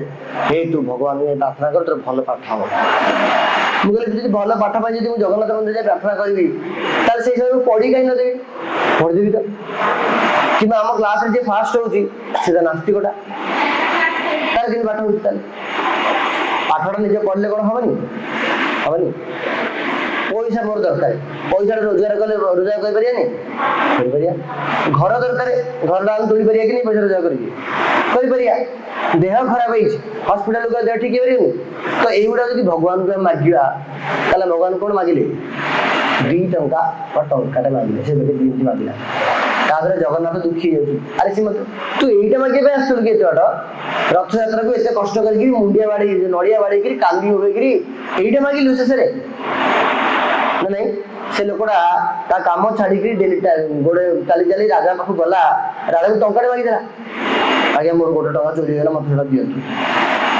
यहाँ कौन यहाँ आप कहे ना नहीं सी तो सिनसीयर व्यक्ति था तेणुक सी बेसी लोभी नाला 1 टंका दरकार था लोभी ना मूर्ख अरे राजा पाख जो जाऊच मागे जब ना ही पकाच मागे भल कि ना पका ना ये मागी देकी आनी 1 टंका तेणुक भगवान को कौन ताले मागती भगवान को ये मांगा कौन जो जिनसा आम द्वारा हो पार आम चेष्टा कले पैसा रोजगार कर आम चेष्टा कले घर द्वार तोड़ी पार आम चेष्टा कले पिला छुआ जन्म कर सब कर जोड़ा आम चेष्टा हो पार से भगवान मांगा दरकार भगवान मागिले कौन हम भगवान आउ कहले प्रभु जी आम भगवान कौन हमें बस तो हमें अरे ये बिजनेस करे ये नड़ियाटे बाड़ी मत कौन 5-10 टकर 50 टका नड़ियाटे बाड़ी मत 5 लाख टका जिन मांगुच भगवान कौन बोका भाई भगवान बोका भावुचे भगवान बोका बाबूरे दुकान को जाइकी दुकान की 50 टका देकी 5 टका जिन आनिया तामान दुकान बोका कि नहीं बोका नहीं यहाँ 50 टका दे बोका जापारे 5 टका जिन आनी जदि 50 टका देखिए 5 टका जिन आने दुकानी बोका हो भगवान को 50 टका देखिए 5 लाख जिन मांगुचे आम ताने भगवान बोका जगन्नाथ महाप्रभु बोका नुहे बोका ना बोका नुहे अरे भावना तो सीटा ना आम जो कहूना जगन्नाथ बोका बोले तो मांगुचे किंतु नहीं मागिले जगन्नाथ दे पारे एक कथा नुहे 100% दे सब कुछ अच्छे कि कौन मांगा तापर आहरी बड़ जिन अच्छे जीवन मांगा बुझे यदि मांग जगन्नाथ को ये मांगा जे मत शुद्ध कर दिंतु मो आचरण को शुद्ध कर दिंतु मो हृदय को शुद्ध कर दिंतु यहीटा आम करें जिते टंका खर्च कले जिते खाद्य मेडिसिन खाइले मेडिसिन खाइले आम रोग भल हो देह कौन कौन है ज्वर झाड़ा आज ठीक है मो देह भीतर जो मो मन हृदय भीतर जो मलिनता अच्छी मो मन भीतर जो खराब भावना अच्छी कौ मेडिसिन खाइले भल मत कहना पैरासिटामल आजिथ्रोमाइसिन कौन सी टैबलेट कौन सिरप कि इंजेक्शन हम भल कि भल हो भगवान ठीक करें ये डका जाए बुझल भगवान को सेवा ये करा जाए जे आपण सेवा कले मोर अधिक अधिक मोर कौन हो मो भीतर शुद्धता आसू मो जीवनटा कौन हो बहुत पॉजिटिव आड़े जाऊ यहाँ प्रारंभिक स्थिति भगवान प्रार्थना करा तेणुक प्रथम कथा कौन आम भगवान किसी मागे ही ना आज गोटे जिन कि मांगा दरकार नहीं भगवान बापा बोल को किसी न मांगे बापा को सब देवे तो मागुच क्या जे बापा मो स्कूल को जाऊँ बापा गोटे यूनिफॉर्म करो ना अरे भाई तुम तो स्कूल तुम पाठ पढ़ले तुम घर ऑटोमेटिकली यूनिफॉर्म कर बाबा मो स्कूल को जी मम्मी मो स्कूल को जी मो टिफिन बनई दियो खाई मांगे पड़े ओटा न आम न खाइले जबरदस्ती ये दूसरे खाई पार सेमती जेहेतु जगन्नाथ हमारे बापा पिता अटी तेणुक से सब किसी आमको देवे जोड़ा आम दरकार अच्छे से किसी टेंशन नहीं आमको जगन्नाथ परीक्षा करती ये मोटर कौन मागुच आम मागिया डिपेंड करे जगन्नाथ आमको भल पाती ना भल पाते आम कौन मागिबार अच्छे आमको शुद्ध करंतु हृदय शुद्ध बुझे जेमती मो शुद्ध हृदय रे अन्य मानक भाई मते किछि करबी मो निज जीवन को भी सुधारिबी अन्य मानक जीवन रे जेमती सुधारिबी बुझले विशेष करी तांको हृदय चरण में भक्ति मांगा जाए ठाकुर चरण में भक्ति माने तांको प्रति प्रेम तम प्रभु आपण प्रति के हृदय खाली प्रेम भावना जागृत हो एटा बुझले बाकी मोर जहा काम दाम करिया तो हम करी किछ असुविधा नहीं पाठ पढ़ो चाकरी करो बास आगो जहा भी कुछ करो किछ असुविधा नहीं किंतु गोटे शुद्ध जीवन यापन करियार अछि एटा हमर प्रथम उद्देश्य होवा दरकार तापर धीरे धीरे धीरे आगु आगु बढ़िबा जे आउ जीवन में कोन कोन हम करिवार अछि बहुत किछ करिवार अछि हम जीवन में बुझले ना हमको बहुत किछ लाभ उठे परिया जीवन में खाली केवल मात्र खाइबे कि नहीं खाली এই বডিটা খালি এনজয় করিকি এই শরীরটা খালি ঘষি মজি মাজি পুরা গোড়া করিকি তক্ত করিকি তাকু যাই মানে 5 স্টার হোটেল খুয়ে কি বিশেষ কিছু লাভ নাই এতে তাবার নজে কাকু ডিমোরালাইজ করা যায় পাঠ পড়া নাই সেন নাই सब जिन करिया पड़ो आम बॉडी रो मेंटेनेंस भल कर करिया पड़ो भल पढ़ भल किंतु आजिकल समाज जिन सब करूछंती खराब टाकू ही स्टेटस बोली मान देछु लागे बैड बॉयज कल्चर जड़े जदि सिगरेट पीलानी आउ स्मोकिंग कलानी ड्रिंकिंग कलानी ये सब खराब खाद्य खाइले खराब काम कलानी दु चारटा गर्लफ्रेंड बॉयफ्रेंड रखिलानी ताले से गोटे स्टेटस एडवांस पिला बिल्कुल भी नहीं एटा गोटे कोन भ्रम धारणा आदर निज जीवन तो स्पॉइल हम ही हम अन्य मान जीवन भी स्पॉइल हम भगवान की एटा मागियार अछि कि मो जीवन ता स्पॉइल न हो मो निज जीवन ता शुद्ध रहू अन्य मान को मुझे शुद्ध रास्ता रे चलाए बुझले ना ए प्रभु जी हमर जो बसतले सब जिन छाड़ी छोड़ी के एथि स्पेशली अछंती जे ठीक अछि सिकन चाहिए चाकरी कर ना केते हां चाकरी तो करूथिले ऑलरेडी चाकरी तो ऑलरेडी करूथिले आ एते भलो माने जो स्टूडेंट ही भलो थिले टीचर ही भलो थिले गोटे प्रोफेशनल जो जॉब जो करूछंती जड़े प्रोफेशनल जो भलो पोजीशन में मध्ये थिले तो तापर भलो टेक्निकली बहुत स्ट्रांग थिले तांकर जे मैनेजर जो माने आईटी जो जवान करथिले जानि थिबे तांकर गोटे अछि मैनेजर गोटे टीम मैनेजर तो टीम मैनेजर काम ये जेतेबेले जॉइन कले बहुत कम दिन भीतर माने इंटरव्यू नवा स्टार्ट कले इंटरव्यू दिया जाए ना फ्रेशर का इंटरव्यू निया जाए मैनेजर नहीं तो टीम मैनेजर आको पूरा पूरा दायित्व देला कारण तुम तो एते कैबिनेट अछि तो ई बोलिया एते बड़ पोजीशन ताई सब कुछ फाइट मदियो स्पेशली एति छाड़ी छंती जे निज जीवनटा को शुद्धिकरण करिया पई अन्य मान को गाइड करिया पई हम मान को गाइड करिया पई ताले हम माने ठीक ठीक रास्ता के चलियो तो हमको सही रास्ता चलियो अछि पछ पछ पाठशाठ पढ़ी सब कुछ करी जहाँ कुछ कर हेले कौन हम निज लाइफ सहित अन्य मान लाइफ भी ठीक रे चली अन्य मान लाइफ सुधरी जीव एबे हमको रियलाइज हो धीरे धीरे धीरे जो हम जीवन जो सुधरी हो सेतले हम रियलाइज करियो जे अरे हमको केते लाभ मिलला बुझला जणे जो 10th क्लास जो पढला जणे न पढी छी स्टैंडर्ड 2 रो पिलाटा को जदि कहबा 10th क्लास रे ए पाठ पढ़ा जो 10th क्लास रे पढले तो बहुत माने किछ करि परिउ ठीक से के रियलाइज कर परिउ ना कारण से पहुंच से परतरा जेतो 10 वर्ष जेतो पढी जीवो पहुंच जीवो स्टैंडर्ड 2 पिलाटा सेतो जेतो पछु देखियो अरे हे मु स्टैंडर्ड 2 रे कोड थिली एबे कोडी पहुंची सेतो से डिफरेंस ता अनुभव कर परिउ बुझ परछ ना नले अनुभव कर परिउ आपण पूरी रे बसंती भुवनेश्वर गला पर जानिबा ना केते किलोमीटर आसिली केते गोडा केली बिंदुची केते माने गाड़ी रे केते तेल सरीची सेठी पहुंच जाबा जानिया ना एठी पहुंचबे कि जानिया एठी बसी रियलाइज कला भुवनेश्वर पहुंचला मो गोटा केनी बिंदु दियो भाई परियो खाली जस्ट खाली माने भाबिया कथा ना इमेजिनेशन करिया कथा ना तो सेमदी आमे जेतबेले एई बलिया वैष्णव मानकर तांकर जते तांको फॉलो करिया तांको ठारू तो स्पिरिचुअलटा शिखिबा निज जीवन जते अप्लाई करिवा सेतबेले अप्लाई करी किछ दिन अप्लाई कला पर तापर जति के हम अप्लाई करी चलीबा सेति पछु तो बुलिबा तो देखियो जे हमें केते आगु आछि हम जीवनटा केते पॉजिटिव डायरेक्शन में जाई बुझो ना तेरी आज टाइम गेला 5:30 आज भाई एति रखिया काली हमें सकाळ तो अपन कहि दो काली हमें सकाळे काली मॉर्निंग सेशन हमें आउ जो थर्ड क्लास ता करिया application of spirituality in our daily life बोले हरे कृष्ण एला एति पड़े शुरू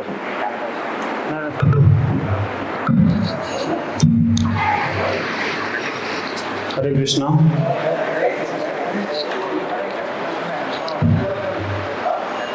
जन प्रविष्टम ओम विष्णुपाद अष्टोत्तर शत श्री श्रीमद भक्ति वेदांत श्री नारायण गोस्वामी गुरु महाराज जी की जय श्री राधा दामोदर जी की जय जगन्नाथ बलदेव सुभद्रा सुदर्शन जी की मंदिर खोलो ना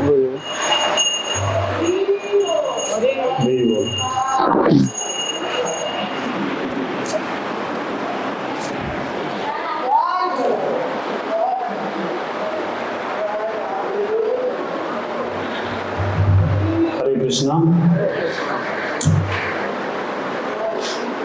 क्लास शेष कर आज सेक्शन तो आपण जहाँ क्वेश्चन था सब क्लियर है आम हाँ कौन क्वेश्चन अच्छी ठीक है गोटे मिनट मुझे खाली इनफॉरमेशन दे दूसरी आवर क्वेश्चन आंसर करा आमर प्रभुजी मैंने कहते जे क्वेश्चन देख जदि किसी क्वेश्चन ना तार दुईटा कारण अच्छे आइदर तो आप जहाँ शुणिले सब बुझीगले नचेत जहाँ शुणिले किसी बुझीगले जब अल्प बहुत बुझे क्वेश्चन आसो अल्प बुझा पड़लानी बुझीगले ना अच्छा तेणु जहाँ जहाँ क्वेश्चन अच्छे पचारे क्वेश्चन पचारे आप मन क्लियर आउ जहाँ क्वेश्चन लिखी रखिए आपण मान भर आज को माने गला भाई प्लान अच्छी किए जावा प्लान कर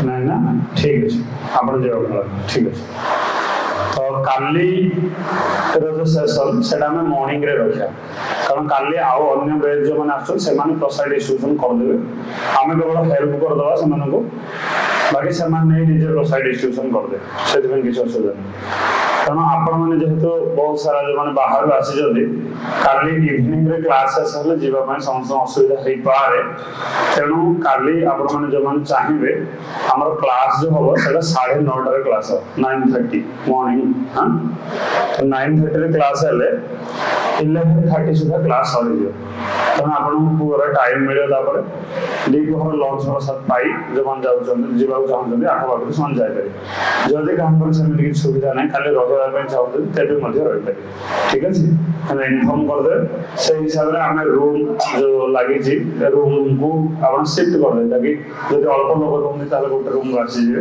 से हिसाब से आप कहे आ जो मैंने जावाई चाहते से जो ये आसवे आम मठ को आसवा समय ही आप बैग आपंकर जहाँ भी अच्छी जबतीय सामान से नहीं रूम रू पलि आसे कारण मॉर्निंग 8टार सब होटेल चेकआउट हुए जब 8टार आप 8:10 रहीगले 8टार 8:10 होगा बंद 8टार जो 8:10 होगा से पैसा दवा पड़े होटेल वाला पे करा पड़े तेना आप 8टा पूर्व